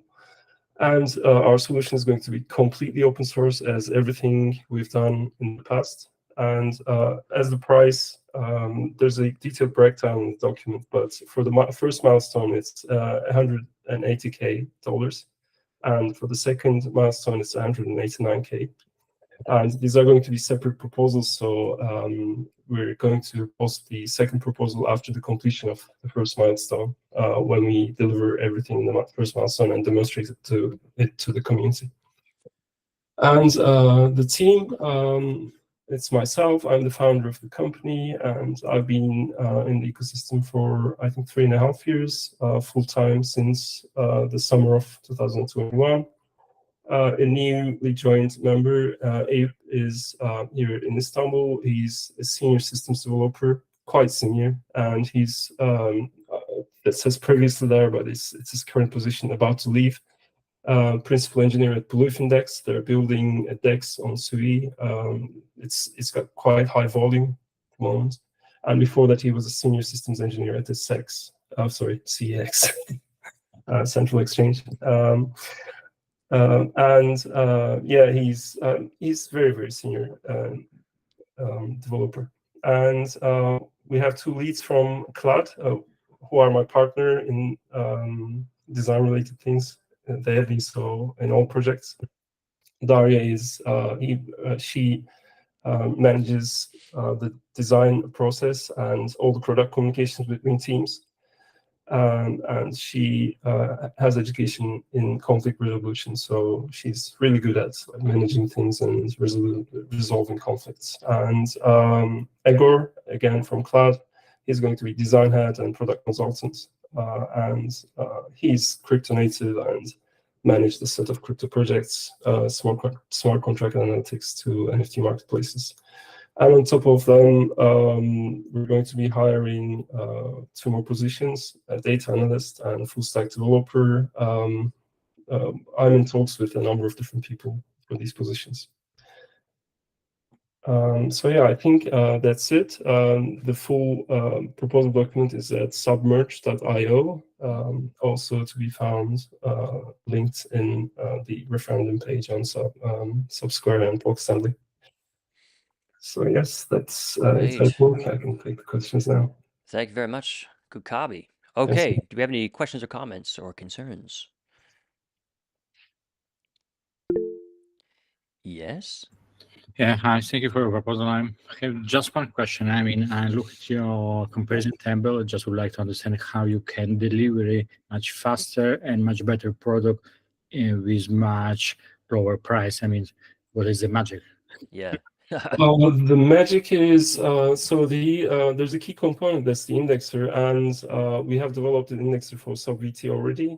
So it's indexes everything from block 0, both for Kusama and Polkadot, and it's been indexing for more than 2 years now.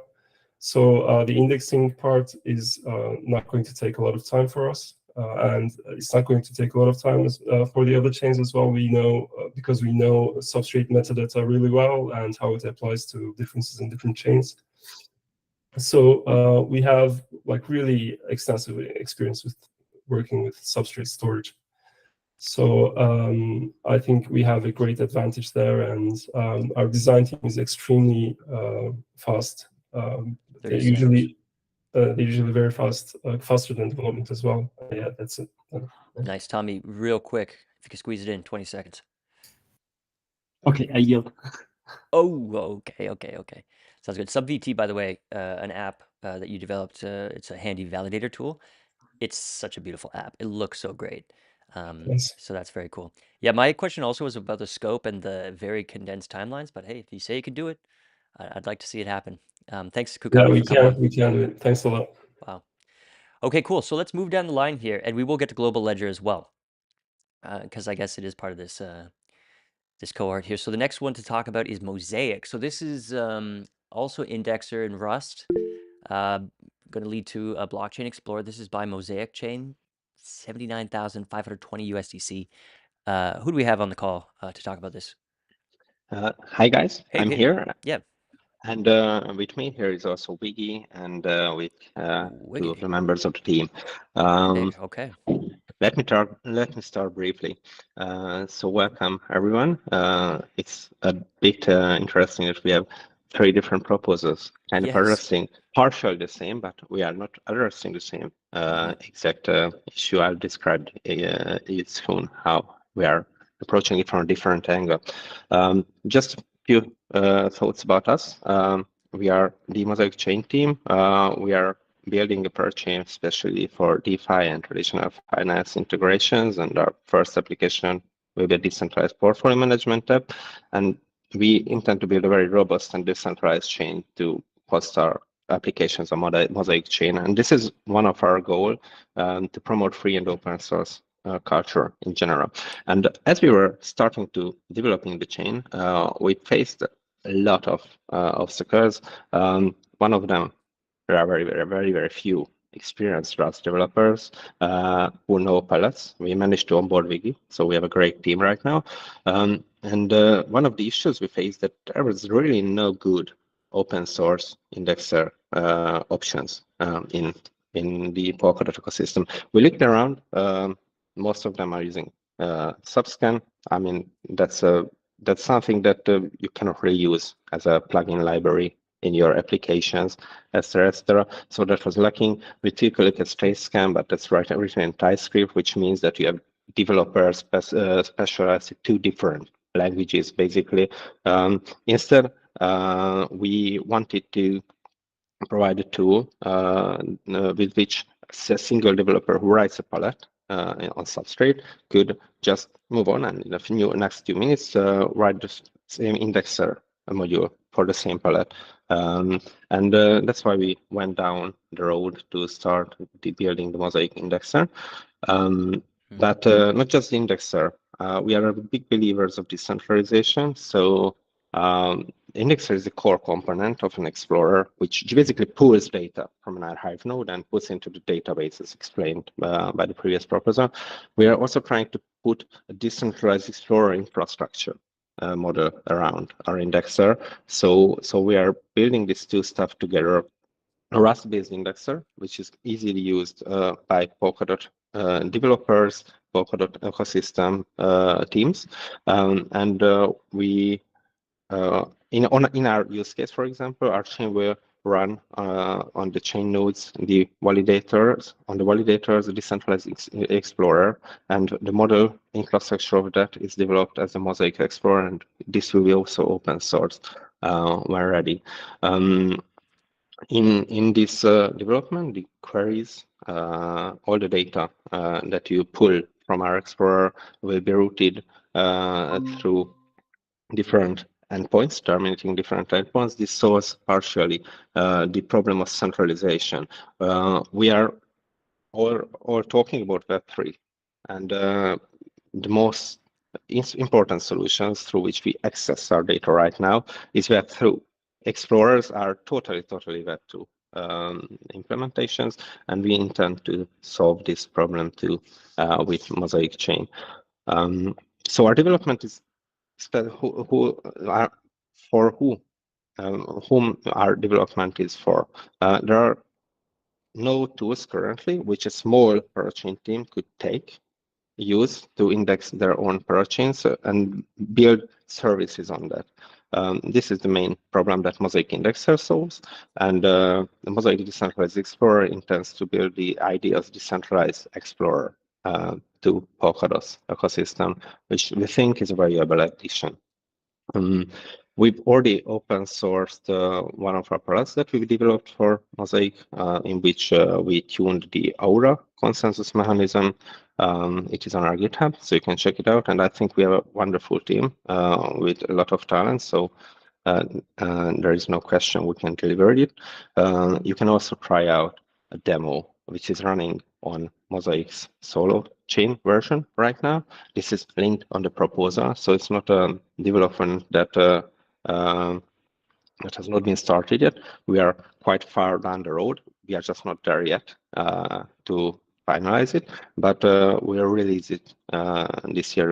That's the plan, and we are asking for your humble support for delivering this to the Polkadot community. And it is a semi-retroactive proposal, as you see, because some of the work has already been done. But we can't wait to deliver this to the community. It's a completely different approach. So our goal is to support decentralization and support the developers themselves to build on the Explorer. Of course, it could be used for transaction tracking and other purposes, but this is not the main focus of our proposal. And for a little bit more technicalities, let me throw the ball to Wiggy, our teammate. If he's here. Yes, I'm here. Hi guys. Can I share my screen? I ask the moderators. Sure, yeah, we have about 4 minutes remaining. Cool. I just want to show you a small diagram here in this proposal. We include it in the proposal. So basically, biggest goal is that the palette developer can do their own API on these indexes, so they can write the Rust indexer. But we also plan to slowly release all the source code for maintaining your blockchain nodes inside a VPN, basically, so that anyone can host their blockchain nodes and the indexer inside their homes, basically behind network address translation. We are making gateway nodes so that from the ClearNet, this whole Explorer front-end code can run and then access all these different indexes behind the VPN. And so we are basically these crazy guys who really believe that we shouldn't just put everything in one data center behind the domain name and do everything like Web 2. So that's our goal is. You can check the details in this proposal that we uploaded. Our main goal was really just that to make it easier for teams to do their own small indexes. And if you don't even need an explorer for a dApp chain, you don't even need. You will have a full backend written in Rust, and then you can just point your mobile application or web application to these endpoints that the indexer provides.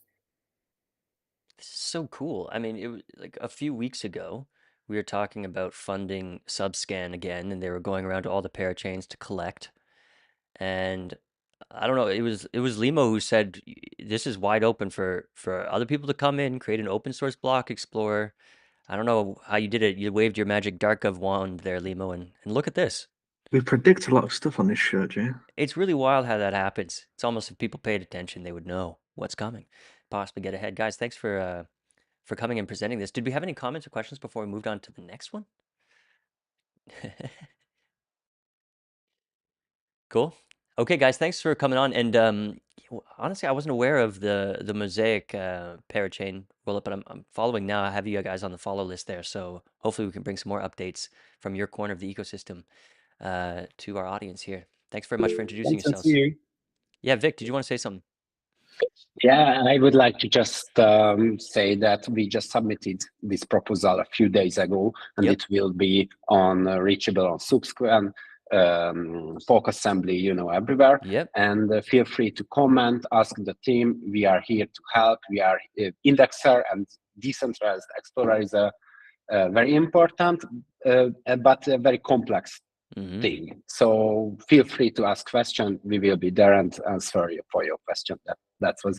Thank you again. Thank you very much. Yeah, very much looking forward to some voting action on here, so we can parse out the differences between the offers here. But let's stick with the introductions. We're gonna go now to Anoy. Ahoy, Anoy, are you here?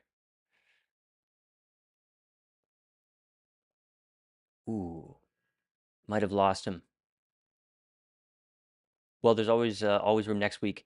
But here we go. Argus Explorer, open source PVM focused blockchain explorer, designed to address critical needs within the Polkadot ecosystem. This one's 60,000 USDT. Also just opening. I guess a little less lucky on the opening votes because this one's at 0.1% in favor. But yeah, hopefully we can learn more about that in the future. Okay, then we're going to move on to Global Ledger. So Global Ledger, halfway through the decision period here for 20,000 DOT. Haven't been able to gather any support here, though the votes are still pretty low, less than 21 million votes in play. Let me see, who do we have here? Hey, Lex, there you are. What's going on, buddy? Hey, man. Yeah, it's actually pretty good. We have a lot of conversations this week with different community members. So thanks to everyone who said yes to our outreach. If you want to see the product, if you want to test it and things like that, so you're free to reach us out or write us a comment. So we are super happy to show you that. In general, I think we're gathering feedback from people. I think the main thing that we kind of mispresented a little bit is that, like, this is the actual deal. Okay, so for 20,000 DOT, you get around 80% of what Chinas is promised, and you get it in 4 weeks.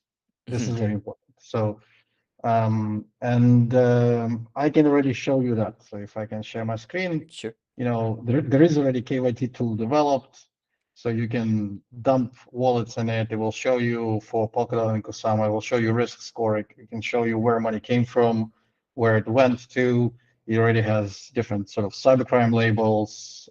You can literally even investigate cybercrime like this. So you can send a wallet of a person who's stolen money, and you can see, okay, money went to Huobi, and then where is this deposit to Huobi transaction? Hey, let's call to Huobi and send them this transaction so they can block the funds already.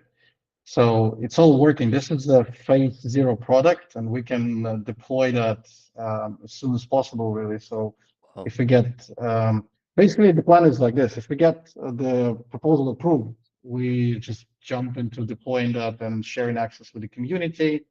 If we not get proposal approved, we will add that to our main product, and then we just try to sell it like one by one. The thing is, the actual offer that we have offers basically a massive discount, and so a lot of people can use it and benefit from it without actually paying. So the price that we have, 20,000 DOT for this sort of thing, is very cheap. Basically, it's a one average contract we have with a medium-sized exchange for 3 years. So it's one contract to cover a lot of people on the blockchain. The phase 3 product, I'm going to show you for BTC how it looks. So this basically offers you 100% what Chinas offer, and it's still 3 times cheaper. And interesting thing about our proposal is that at every stage we listed there, you get perfectly usable product. So you can kind of agree on that as you go. If you don't have a lot of cybercrime, which frankly you don't right now, and there are not a lot of sanctioned people and things like that in your blockchain, maybe it's not justifiable to pay a lot of money for that, right? So you can stick with the basic thing for 20,000 DOT, which offers you already a lot, and that's already usable for institutions. They can get those reports, they can communicate with regulators. That's totally fine. But the phase 3 product would have very detailed reports. We'll have different sort of alerting systems, risk flags, pattern analytics. You can even get analysis for the whole entity. This, for example, entity named Suix, as you can see here, we get sort of yearly report of their activity of all their wallets, and you can get there are some Ponzi schemes, darknets, ransomwares, and things like that popping up here. So you have the visualizer, you have all the tokens, you have all the entity information, compliance information, payment services these guys are using, and things like that. Also, there's information on different sort of smart contracts. You can get, for example, for this transaction, we even have like all the smart contract calls, which is very interesting if you do cybercrime investigations. Very complicated when I'm showing it to you right now. But yeah, so we're going to probably update our proposal a little bit because that mispresentation backfired a little bit. I think we were a little bit in a hurry to show that there is an alternative way to Chainalysis, given the fact that their proposal was posted a bit unexpectedly for us. We haven't had time to prepare for that. Yeah, but other than that, cool. I think it would be cool if you can show a little bit of appreciation and vote some eyes for us, because we tried to make it, we tried to read all of the things that you loved about Chainalysis, about access to institutions and some sort of authority. We have that. We work with the European Commission, Council of Europe, whatever. In Europe, we're very well represented. We can even meet you with a lot of these guys, have connections, practical things. We educate law enforcement, educate banks, and things like that. This education can be also shared to the community. We also listened what you hated about Chainalysis. So you guys wanted to start small because you don't have a lot of cybercrime. We did that. You guys wanted to, access for the tool. You guys wanted something for something you wanted to pay for something you can touch, you can feel, you can get benefit. We did that. We offered 3 years basically free subscription for all. Yeah. And many other things in terms of also timing on delivery. If you want to go to institutions now, you don't have to wait 1 year or something like that. And we invested our money into development of this. So I would love if some of you will go and vote aye after this call, to be honest. What we didn't do, what you asked Chainalysis to do, is we didn't make it open source. Frankly, there is a possibility to make it open source. There's nothing like magical about it. The problem with this is when fraudsters using the same tool as you use, they can outplay you a little bit, because as we see fraudsters even publishing like a scientific type of materials about how scoring algorithms work and things like that. This one is maybe a little bit negative for regulators, and I see there is a little bit of proposals going open source. While it might be okay, I would think about protection or access control not to allow fraudsters, because even the blockchain analytics providers that are already on the market, like established ones, they struggle with reputational problems. If you read internet a little bit, when darknet guys or sanctioned evading guys are using their tool to check if they kind of qualify or if their score is good after some manipulations they do. So open sourcing it is a little bit risky and a little bit negative in the eyes of the regulator. So we cannot do that. And another thing is, I think there is a bit of privacy concern. But when I looked at your blockchain, you all guys verify your identity on the blockchain. So I think like this is the least private blockchain I've seen. So we can think about some privacy concerns, and we also address that in the proposal. But also, you are pretty open, as I can see. And the third one is you asked Chainalysis to go away. This one, I think, given the fact that there are so many KYC providers still providing alternative, we wouldn't do for now. But in general, there's still for us a way to sell it separately for companies as we have the product. So not out of options as well. All right. Let me summarize a few things that we've learned in the past month or so dealing with all these AML, KYT proposals. Because I think what's going on here is like basically you need a few big votes to come in on the I side, and then this will totally flip. It's kind of like low participation so far. But something we learned, because we have Kukabi's Block Explorer, which also has some investigative tools in there. But we just want to remind the audience that we have learned that a lot of these possible block partners with Polkadot, financial partners, First of all, they need multiple tools, usually more than just one. And another thing to point out here is, and this isn't a hit at the Helicon proposal or by any means, but there is a big difference between a product and a business, right?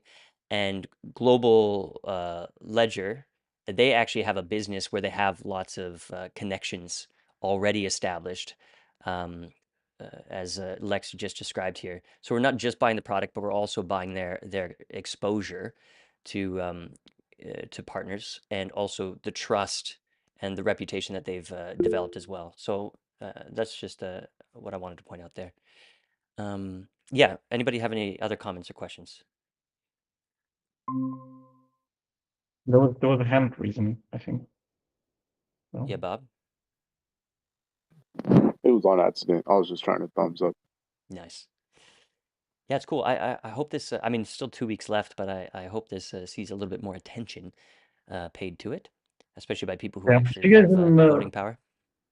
If you guys in Barcelona for the blockchain convention, we're also open for meetings. There probably will be the party that we sponsor that. So cool. I hope we can meet and reconnect with someone as well. Sweet. Cool. Thanks, Lex.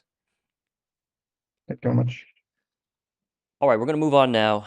Thanks guys for waiting on this one. We have EZA, developer growth via in-person hackathons and crash courses. This is milestone. These are, wait, what? Milestones 1 and 2 report?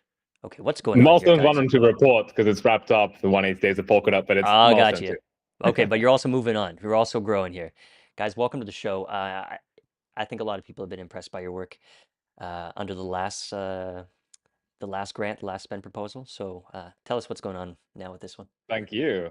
Yeah, and it's well, thank you, Jay, for hosting, and it's also amazing to see so many people who we've seen at Polkadot Decoded and also at the hackathons as well. So you know, of course, we hosted Connor Daly, Andrew Stallings, Chris as well at the Harvard hackathon that we hosted this summer. Yeah. And of course, also you know, a number of others we've been working with, you know, on the EZA consensus hackathon, of course, Sasha doing an amazing job bringing more people to Polkadot. And it was just so cool to see people coming to Polkadot, obviously, and starting to continue building. So I'm Phil. For everybody who hasn't met me before, I'm co-founder of EZA. Dom over here is my co-founder, and if we look pretty similar, it's because we're brothers as well. So we're brothers and co-founders. And we are, well, we'll see you at Polkadot Decoded in Singapore. Well, Decoded Asia, if you are out in Asia as well. So we just landed in Singapore the other day. But what is 180 Days of Polkadot? 180 Days of Polkadot was, as Jay kindly introduced, the developer growth and via the 2 in-person hackathons that we hosted this summer, and also the crash course in the EZA app, which we use as the top of the funnel to bring developers into the Polkadot ecosystem. And so really the way that you can think about EZA is we're sort of like Duolingo, but for blockchain. And then what we do is that once we've excited people and inspired them on what these blockchains can do, and obviously for this respect, it's Polkadot, but we also partner with other blockchains. Maybe I won't talk about those ones, but big layer 1s and layer 2s out there as well. Once they've been inspired on this technology, then we invite the top ones to the hackathons. So that's where we also hosted, of course, Angie Dalton, and she's been amazing in connecting with the teams afterwards, helping them get connected up in the investment scene. Also, you know, suggesting potential grants, and of course, hopefully, a lot of them will be able to apply for dot play and the bounty there as well. So that's a quick introduction to 180 Days of Polkadot. I'll hand over to Dom, who can take us away with what we saw happen at the Harvard Hackathon and London Hackathon in person, some of the stats around that as well, and then I'll wrap things off with what's coming next. Definitely. Cool. Thanks, Phil, for that intro. So yeah, like Phil mentioned, this summer we hosted 2 amazing Polkadot hackathons, back to back actually. The first one was on July 20 to 21st in London, so right in central London, attracting 350 developers from the best universities all across the UK, like Imperial, King's College, Oxford, Cambridge, where Phil actually did his undergrad. But yeah, 350 hackers, they launched 56 projects. And a lot of these are now going through, and we're supporting them with applying for grants from different ecosystem teams. And ultimately, we had, I think, just over 50 companies and universities in total represented. So really nice, diverse crowd of devs who were with us launching, all building on Polkadot and Polkadot solely. And then the next week, we headed to Harvard. We headed to Boston, where we hosted our second Polkadot hackathon of the summer, the weekend after, 27, 28 July. There we had 300 amazing hackers from Harvard, MIT, BU, Boston College, a lot from other universities as well on the East Coast. So we had a couple of teams as well fly down from Yale or Drive, I think. And yeah, some other really cool colleges like Columbia, Cornell, etc. Came down. So that was really cool. And then they launched 55 projects. So again, like with the London ones, we're working with them to actively funnel them to different ecosystem grants and make sure that they continue to build as much as they can and really take those promising projects to the next level. But yeah, those were really great in-person hackathons where we saw a lot of excitement. Connor Daly team was actually at the Boston Hackathon alongside, like Phil mentioned, Angie Dalton from Mythical. And yeah, it was really cool to see all of that different ecosystem diversity at one hackathon, which is really unique and really cool, and looking forward to doing many more in the future. Yeah, and to build on that, so what's next? Well, these developers are now going through different programs, and so in particular, Unique Network was really excited about having these developers apply for their CodeCraft grants. And so Sharu Shetty, CMO at Unique, has been connecting with all the teams. We encouraged all of them to apply, of course, for the CodeCraft grants, given that the theme for this Harvard hackathon was gaming, and we've been on a number. Well, we were on a space a couple of weeks ago together with Sasha Fraun as well, and Roman, discussing what should the themes for the next hackathons be. We're super open to seeing where we want to take it next. We want to have all these discussions over in the open as well. And so really what we're excited about is we love gaming, but there are also a number of different opportunities. And I think particularly what we want to do is also align with the different bounties that we heard from earlier and that we've been discussing, of course, on all of the AAGs for where these pots of funding lie. Because one thing that was very big on the spaces was, of course, what happens to developers after hackathons, and that's where we see a lot of activity happening, connecting with bounties, connecting with mentors, and we're really on the cusp of something big. I know we're coming up on time. Jay, you're going to cut me off, so I'll stop there. Oh, we're doing all right. We're doing all right. Okay, cool. Yeah. Well, yeah, I mean, just to wrap things off then, in terms of what's next, yeah, connecting the teams, continue connecting with mentors. And also, of course, one big thing that we want to do is we want to update a lot of that content that's in the app on Polkadot, make sure it aligns with a lot of the narratives that have been updated over the past couple of months. I think this Polkadot content came out pretty much last year, and we've been gradually updating. We've updated all of the parachains that were in the app, so we worked really closely together with the teams over at Astar, Bifrost, Crust, basically all, pretty much all of the ones that listed on proposal, like Moonbeam as well, Fala, Tansy, really cool stuff. And so Polkadot is going to be the last one coming back at that as well, and making sure we do a great job. So all these developers who are coming through the EasyA app are actually also learning about the right narrative. So really EasyA app hackathons, and being thrilled to have all of the community involved in them as well. So I want to say a big thank you as well, and while we're here, to Angie, of course, for helping to connect with all those teams, and everyone else too. Nice. Hey, Angie. I'll just add that we have met with several of those teams, and the experience itself is something to see. I mean, these guys create such buzz, such excitement, so much creativity and imagination around Polkadot. We even, one of our favorite teams weren't even game developers. They actually were just guys who go to hackathons every weekend, and they joined this one. Like, we don't really know much about Web3. We're usually doing AI hackathons, and we ended up doing a lot of follow-up with them. So anyway, kudos to you guys for doing a great job so far. Yeah, I was showing off back here and helping out and mentoring.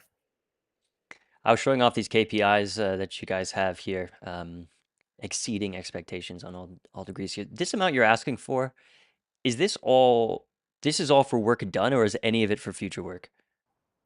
Exactly. So it's all for work done, plus some of the prizes that we're continuing to give out on the leaderboard within the EZA app. So one thing that obviously we're trying to do, like on a small way, is just help developers continue. If they're not able to be successful on a grant, we want to help just to encourage them a little bit, with continuing those projects afterwards. If they're sort of in that intermediate stage, we sort of like hackathon purgatory, where maybe you're not developed enough for a grant, but we want to help continue after that. So that's why we're giving away those prizes in DOT continuously. We want to continue that over the next couple of weeks. Cool. Anybody else have any more questions or comments for these guys? Got a few minutes left. 1 minute left.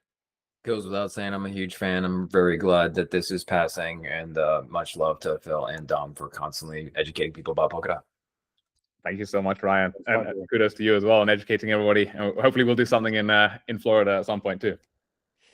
We saw Andrew Stallings on Twitter this week saying that he uses the EZA app as a tool to help explain Polkadot to potential partners in their BD efforts. I thought that was kind of interesting to see. Super cool. Super cool. Nice, guys. Nice to have you as partners in the ecosystem. When we brought the Koos to the Consensus Hackathon, that was good energy, and made a great video of it, and all the hackers were very pleased and excited to be there, so that was pretty cool. Thank you so much. Yeah, no, thanks for hosting us as well on the Koos. Nice, guys. Thanks. Okay, we'll see you again soon. Let's keep rolling here, because I think we're getting close. I hope we're getting close. Oh yeah, we got a good one.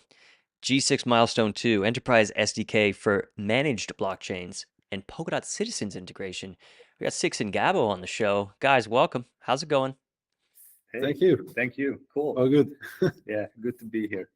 Unfortunately, the last time my computer went down, so it's an unusual setup now. But we have an unusual proposal as well. So let me just share my screen with you guys, because I don't want to miss any details. I just went through quickly through our proposal, just to give you some heads up. You might haven't read it yet, and also I give the mic to Six. So basically, this is our second milestone, as you can see. The first one has concluded, and we want to give a fully detailed report to the community, how we managed our funds, and also what we have achieved, and also what to come. So, which is really important. Of course, every detail you can see, it's here in the first proposal. Every detail about the project, what is G6, and why it's why we initiated with Six. So the achievements part is like pretty simple. There's some collaborations and partners mentioned here. A big shout out to the BD teams of Polkadot, especially Poke and the Brazilian BD team. They are helping us a lot to reach out, to our future potential customers.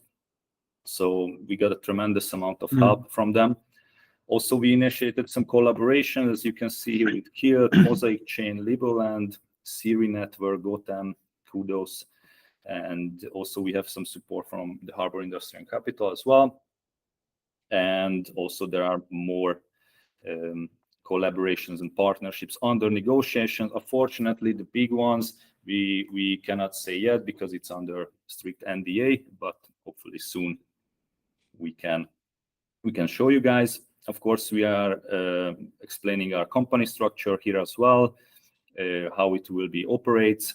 We will have a Swiss company which will be organizing the business aspects of G6 networks, and of course, Crypto CTF will be the developer company. It already has a track record in the ecosystem.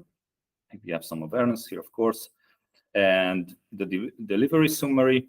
In this link, you can see the milestones, the previous milestones, what have we done, how much hour we spent, who were the ones who helped us. So every little detail is here. And also we have a section dedicated to our MVP.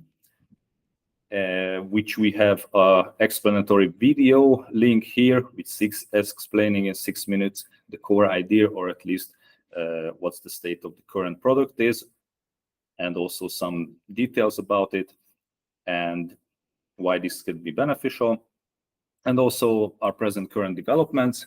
As you can see, what we have done so far, also some important links.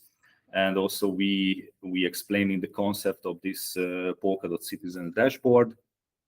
Here you can see a mock-up of it, and also what will be the key features, which will be, of course, the dashboards itself. We will integrate a palette bus.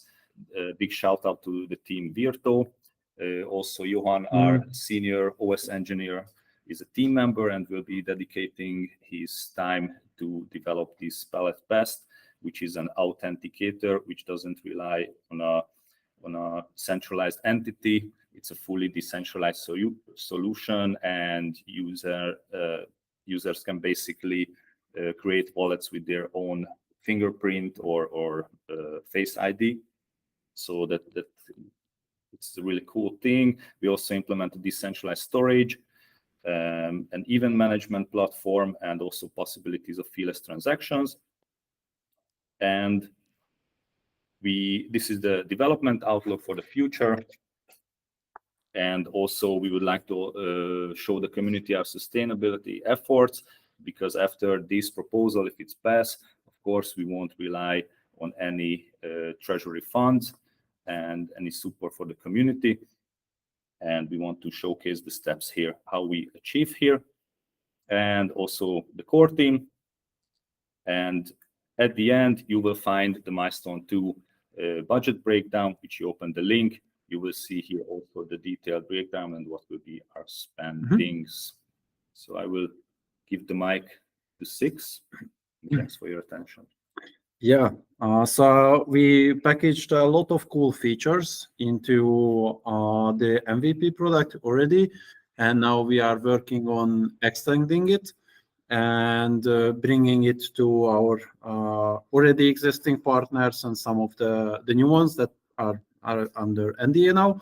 But it's really cool that, for example, the BD team brought us the Brazil town halls, and there are like 5,526 town halls, and we start with 4 of the town halls, getting our MVP there and seeing them in production. And the core idea of G6 is to bridge these non-blockchain related entities and markets to Polkadot and bring them through our technology. Why we need also well, we will be using core time in the end, so that's a very likely outcome that we connect to Polkadot with our soon to become Parathread. Is that the Parathread is a kind of a compatibility layer, and this is why we need some kind of SDK that these entities, these institutions or enterprises more focused on enterprise can use. So this is an open source SDK we are providing for them. They can start implementing everything based on the operating system that we created already, plus the substrate version that we created specifically for enterprise usage. And all this basically gives us an easier access to Polkadot's technology, and also to onboard Polkadot itself.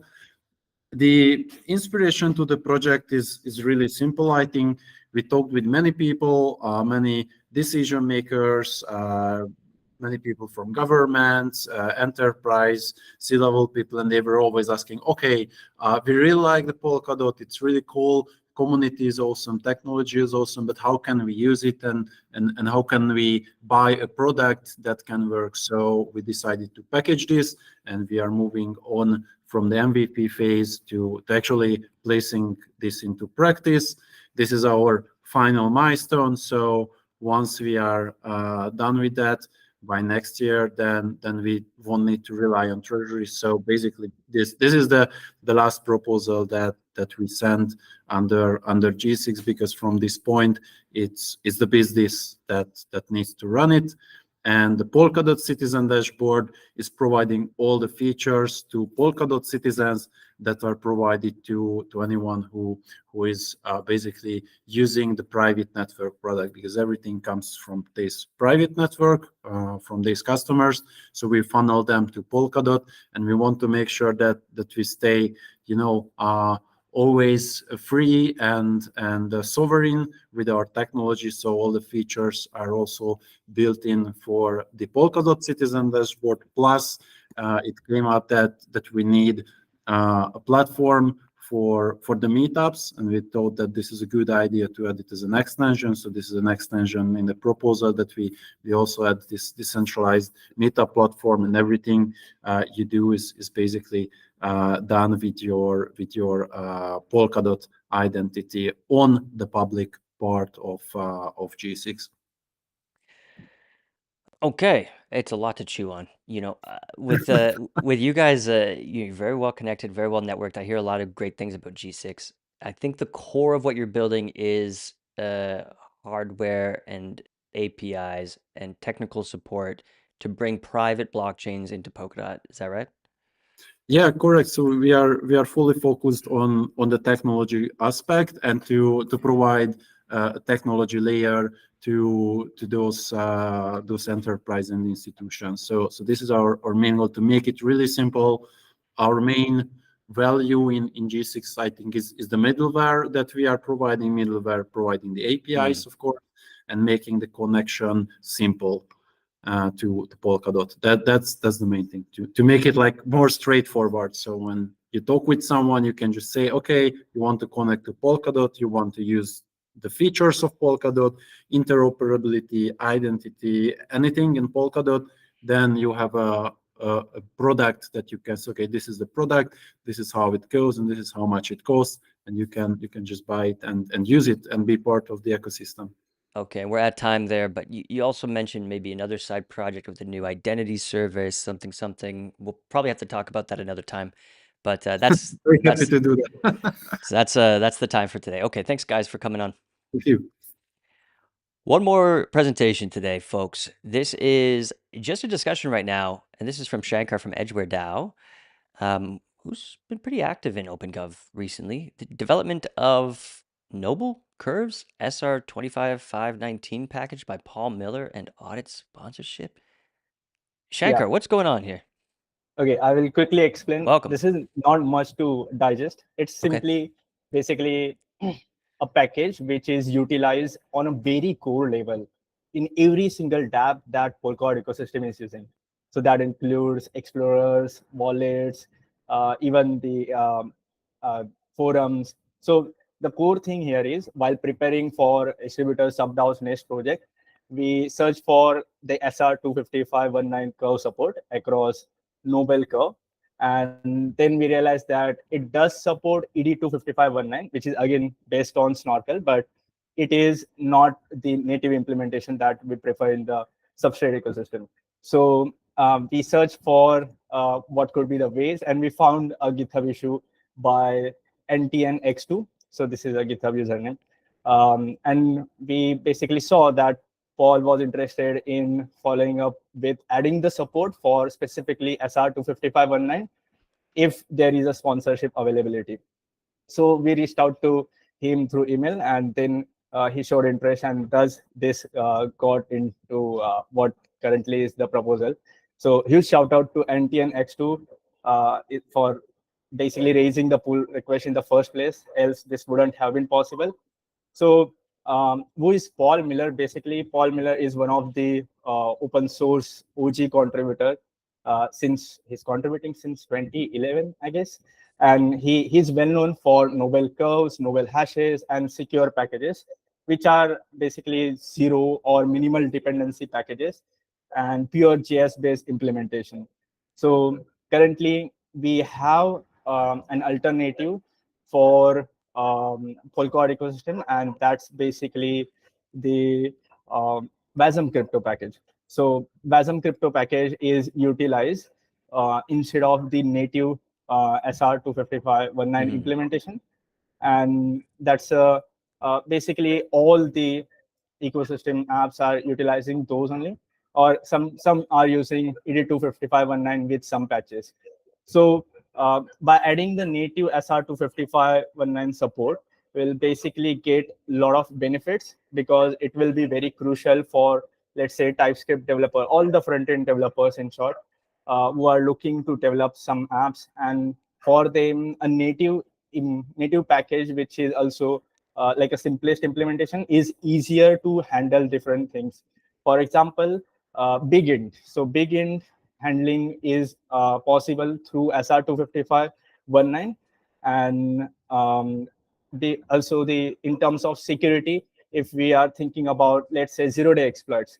So if all the ecosystem apps are using Wasm crypto, and if there is a zero-day exploit that is discovered, then whole ecosystem apps are at risk. So having an alternative package where some dApps could choose SR25519 package over the Wasm crypto. Some might choose Wasm crypto over SR25519 based on the implementation.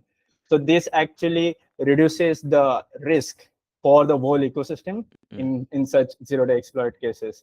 Okay. And another thing is, basically, because he is one of the OG and a lot of ecosystem do sponsor him, and so it will actually give a lot of exposure to a lot of developers across the Web3 and outside the Web3 as well, by supporting this development. So this is one of the first proposal. So first he will develop the package. The as first package will be supporting the part A and part B. So part A consists of sign, verify, point, pub key, and part 2 consists of HD, KD, then MUC and VRF. Now MUC and VRF are not specifically cryptography related implementation, is more related to blockchain specific. So he said he might include that in a separate secure /SR25519 package. So in short, basically, we will either have a single SR25519 package, which will be included in the novel curves itself, or we might have that one along with a separate secure SR25519 package. And cost and the timelines for the same will stay the same. And other than that, the last thing that I would like to highlight, because he's one of the OGs in the ecosystem, it would be really a dishonor if we charge a curator fee on him. So we chose to curate this as a not-for-profit proposal. So here, distributors, SubDAO contributors, or HY contributors are not getting benefited by any financial means. Oof. All right, thank you, Shankar. Sean, I saw you had a comment there. You were looking at this. Can you explain to me, like, as if I only know how to make media, why would this be valuable to have a JavaScript / TypeScript implementation of this SR25519 NPM package? Right. I think Shankar made a good point here, which is, one of the things about the blockchain industry is you want resilience. One of the ways you can achieve resilience is by having multiple implementations of the same library, right? So that there isn't just like one point of failure for all things. I'm not sure if I'm too worried about our crypto libraries at this point, because they've been used for so much for so long. But I do think that making another version of the crypto libraries is great, and so that's what it's going to do. Like, it's going to be able to provide another implementation that seems like native to TypeScript, JavaScript, that will do these libraries. I think Shankar, is the 22,000 like the full end-to-end cost for building the library? And does that include the audit price? No. For auditing, there will be a separate proposal. So currently, he took the auditing, basically, what you could say, in quotation from one of the auditing firm named Cure53. So they told him that it will cost around 22 to 25K USD for the whole auditing. Yeah, and it will be 18 working days of efforts. Coming around 55,000.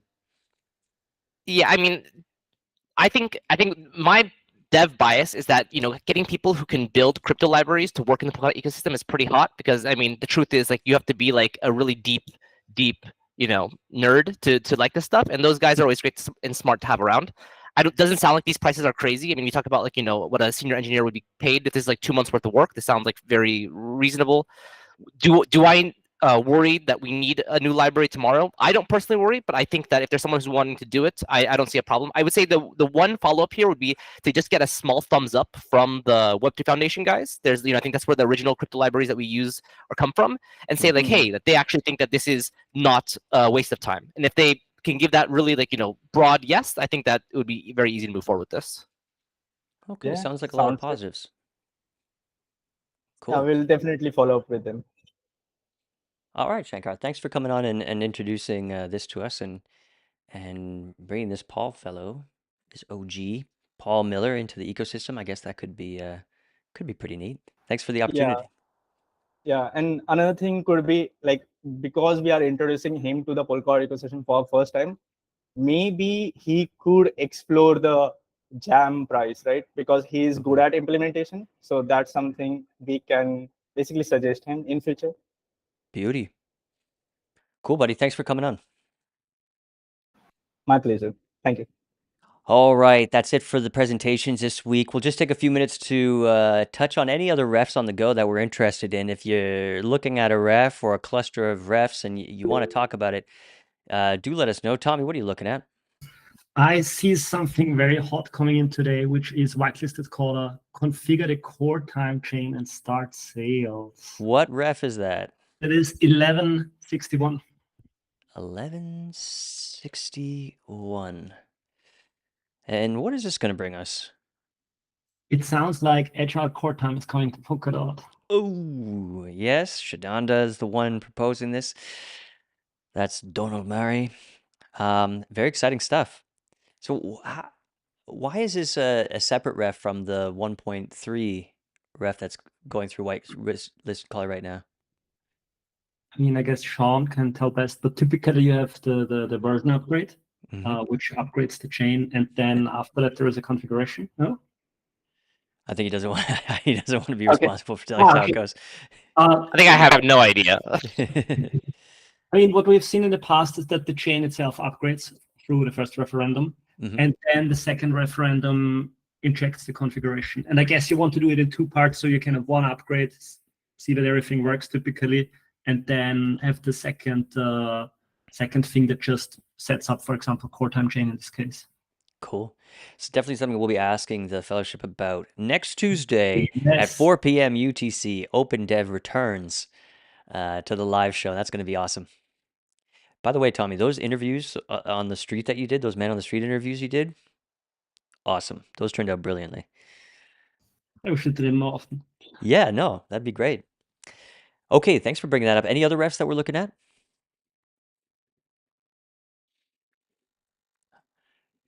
If one comes to mind, let me know. But I got a few that we've seen come through the show in the previous weeks. The Inc Alliance for More Successful Plaza, 520,000 USDC, is sitting at 67.5% in favor right now. And I do think, yeah, this received a little bump from when we talked about it last week. Still a lot of votes to come in. 13.1 million on the I side, 6.3 on the nay. So we'll have to check on that next week. Yeah, we talked about that already. Polkadot Blockchain Academy for 1.96 million USDC, having no trouble with 30.36 million on the I side here, 96.7%, and halfway through the decision period. We also have FeedEye. This one has taken a bit of a hit, but still crawling forward with 64.1% in favor for this 93,699 DOT suggested spend. Definitely a lot more votes to come in on this one as well. We have, okay, implementing a Polkadot native system parachain for data storage. We talked about this a few weeks ago. Big one, almost 100,000 DOT.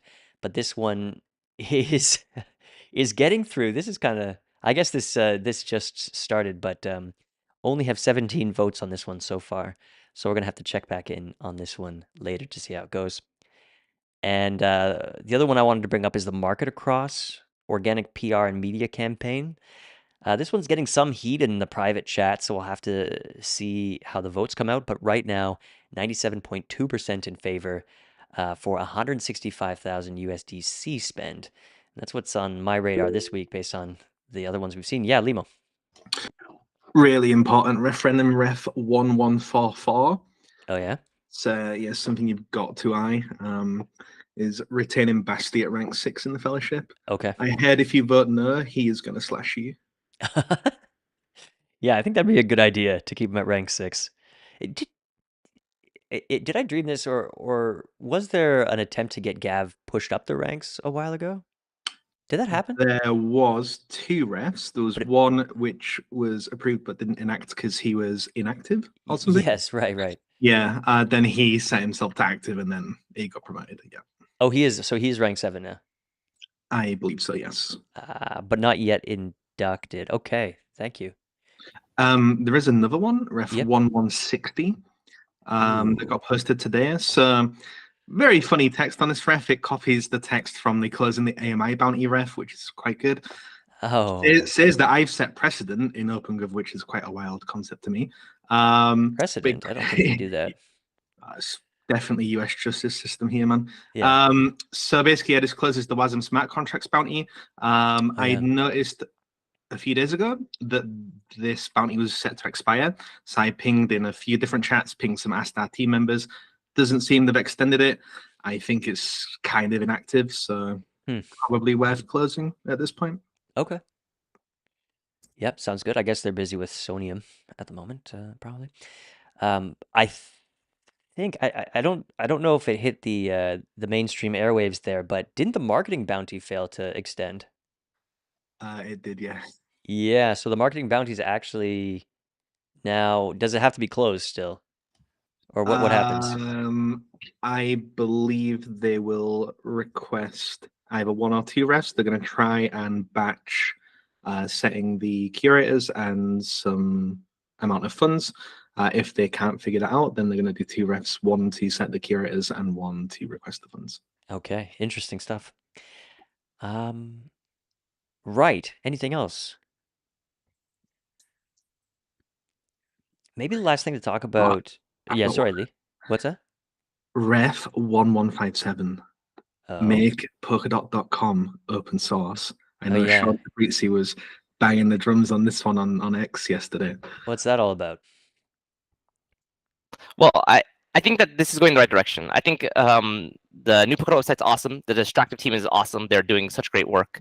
I think I was just calling out that I think on their day that they launched the site, they pinged a few channels and people to review it and find some fixes and stuff like that. And I think I posted them a bunch of stuff. I think they fixed a bunch of stuff too, but there's still some performance issues and still some random blogs are broken and stuff like that. And my feeling is fuck. I wish I could just make a fix myself. I know how to change a link. I know how to update something, right? Yeah. There's nowhere to do that. So I think in the spirit of being able to tap into our whole community and be able to in a system where we're constantly changing links, we're constantly changing things, things are breaking, all that kind of stuff. We need to have open source stuff so that people can report issues, can fix them themselves, and actually use our whole community. That's now, cool. one concern I heard from them, which is totally fair, is that one of the ways that marketing has failed in the past is when you try to have 1,000 people all have their opinion on how things should be marketed, you end up with fragmented narratives and things that contradict each other, etc. I think that what I'm asking for is not to make this an open field day. I'm not looking that everyone's going to post their version of marketing to as a pull request and post it. What I'm looking for is, using the community to point out bugs, to point out, bad links, and still rely on Distractive to be the kind of, mastermind behind these narratives, mastermind behind the branding and the systems we see there. So, yeah, I think that, and I think they can do that with a really simple contribution guideline. Nice, Tommy. What do you want to say? My understanding is that they have transitioned to a CMS now, so it's not purely source code. So open sourcing might reveal, when you say there is a bug in whatever the rendering of the website or the performance.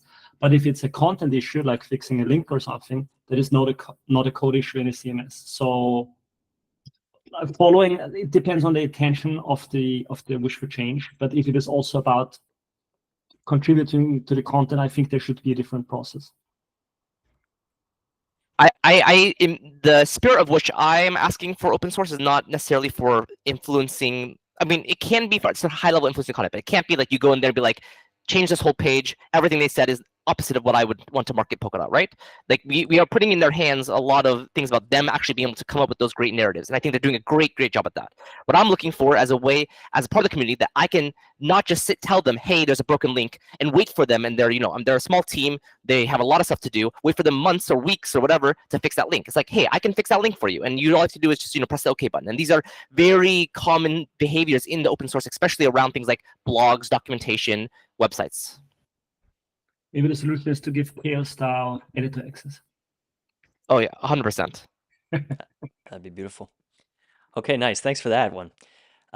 Hey, I did want to talk before we went about the decentralized voices, because I think what's happened is that the cohort or the period is officially over, but they haven't quite opened up applications for the next one. So the current DV has the existing voting power, but it's just to kind of see through their current votes. Is that right, Lee?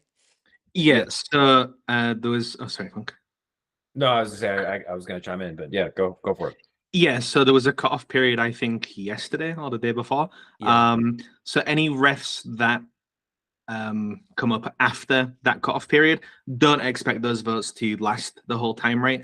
The Web3 Foundation is not removing the delegated votes right now because there's refs before the cutoff point that still have active votes on, right? And they don't want the decision of those to sway because they've removed the delegated votes. But if you've just posted a ref, so like some of the ones we just spoke about now, like the call time sales or the closed the Wild's and Smart Contracts bounty, if DVs vote on those, eventually the votes will be removed. And I believe probably, I think it was next week or something, is when the next like the form to fill out to apply to be a DV actually comes out, I believe. And there's changed the criteria, I believe, of how to be a DV. Yeah, we have Bill's official announcement here saying some significant changes to the program.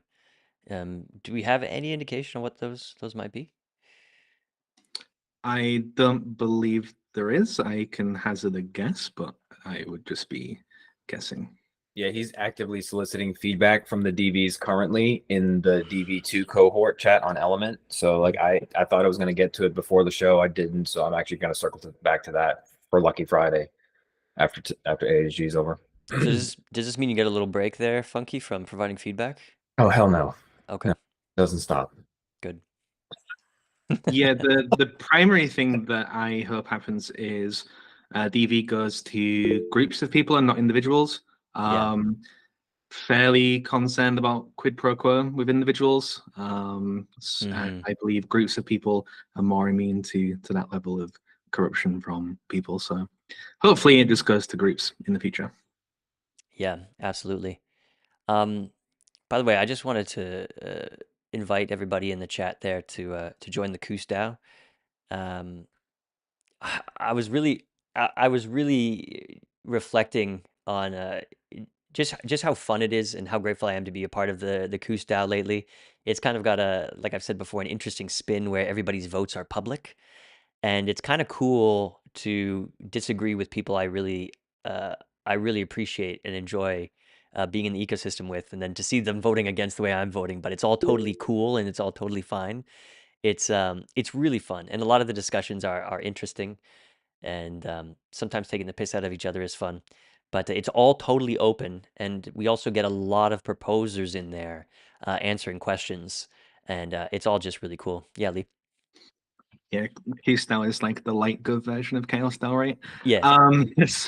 So one thing that I think people get confused about. So some people can vote nay on your referendum and just not like the ref, like hands down. There's nothing that will that you can say that will convince them, right? Yeah.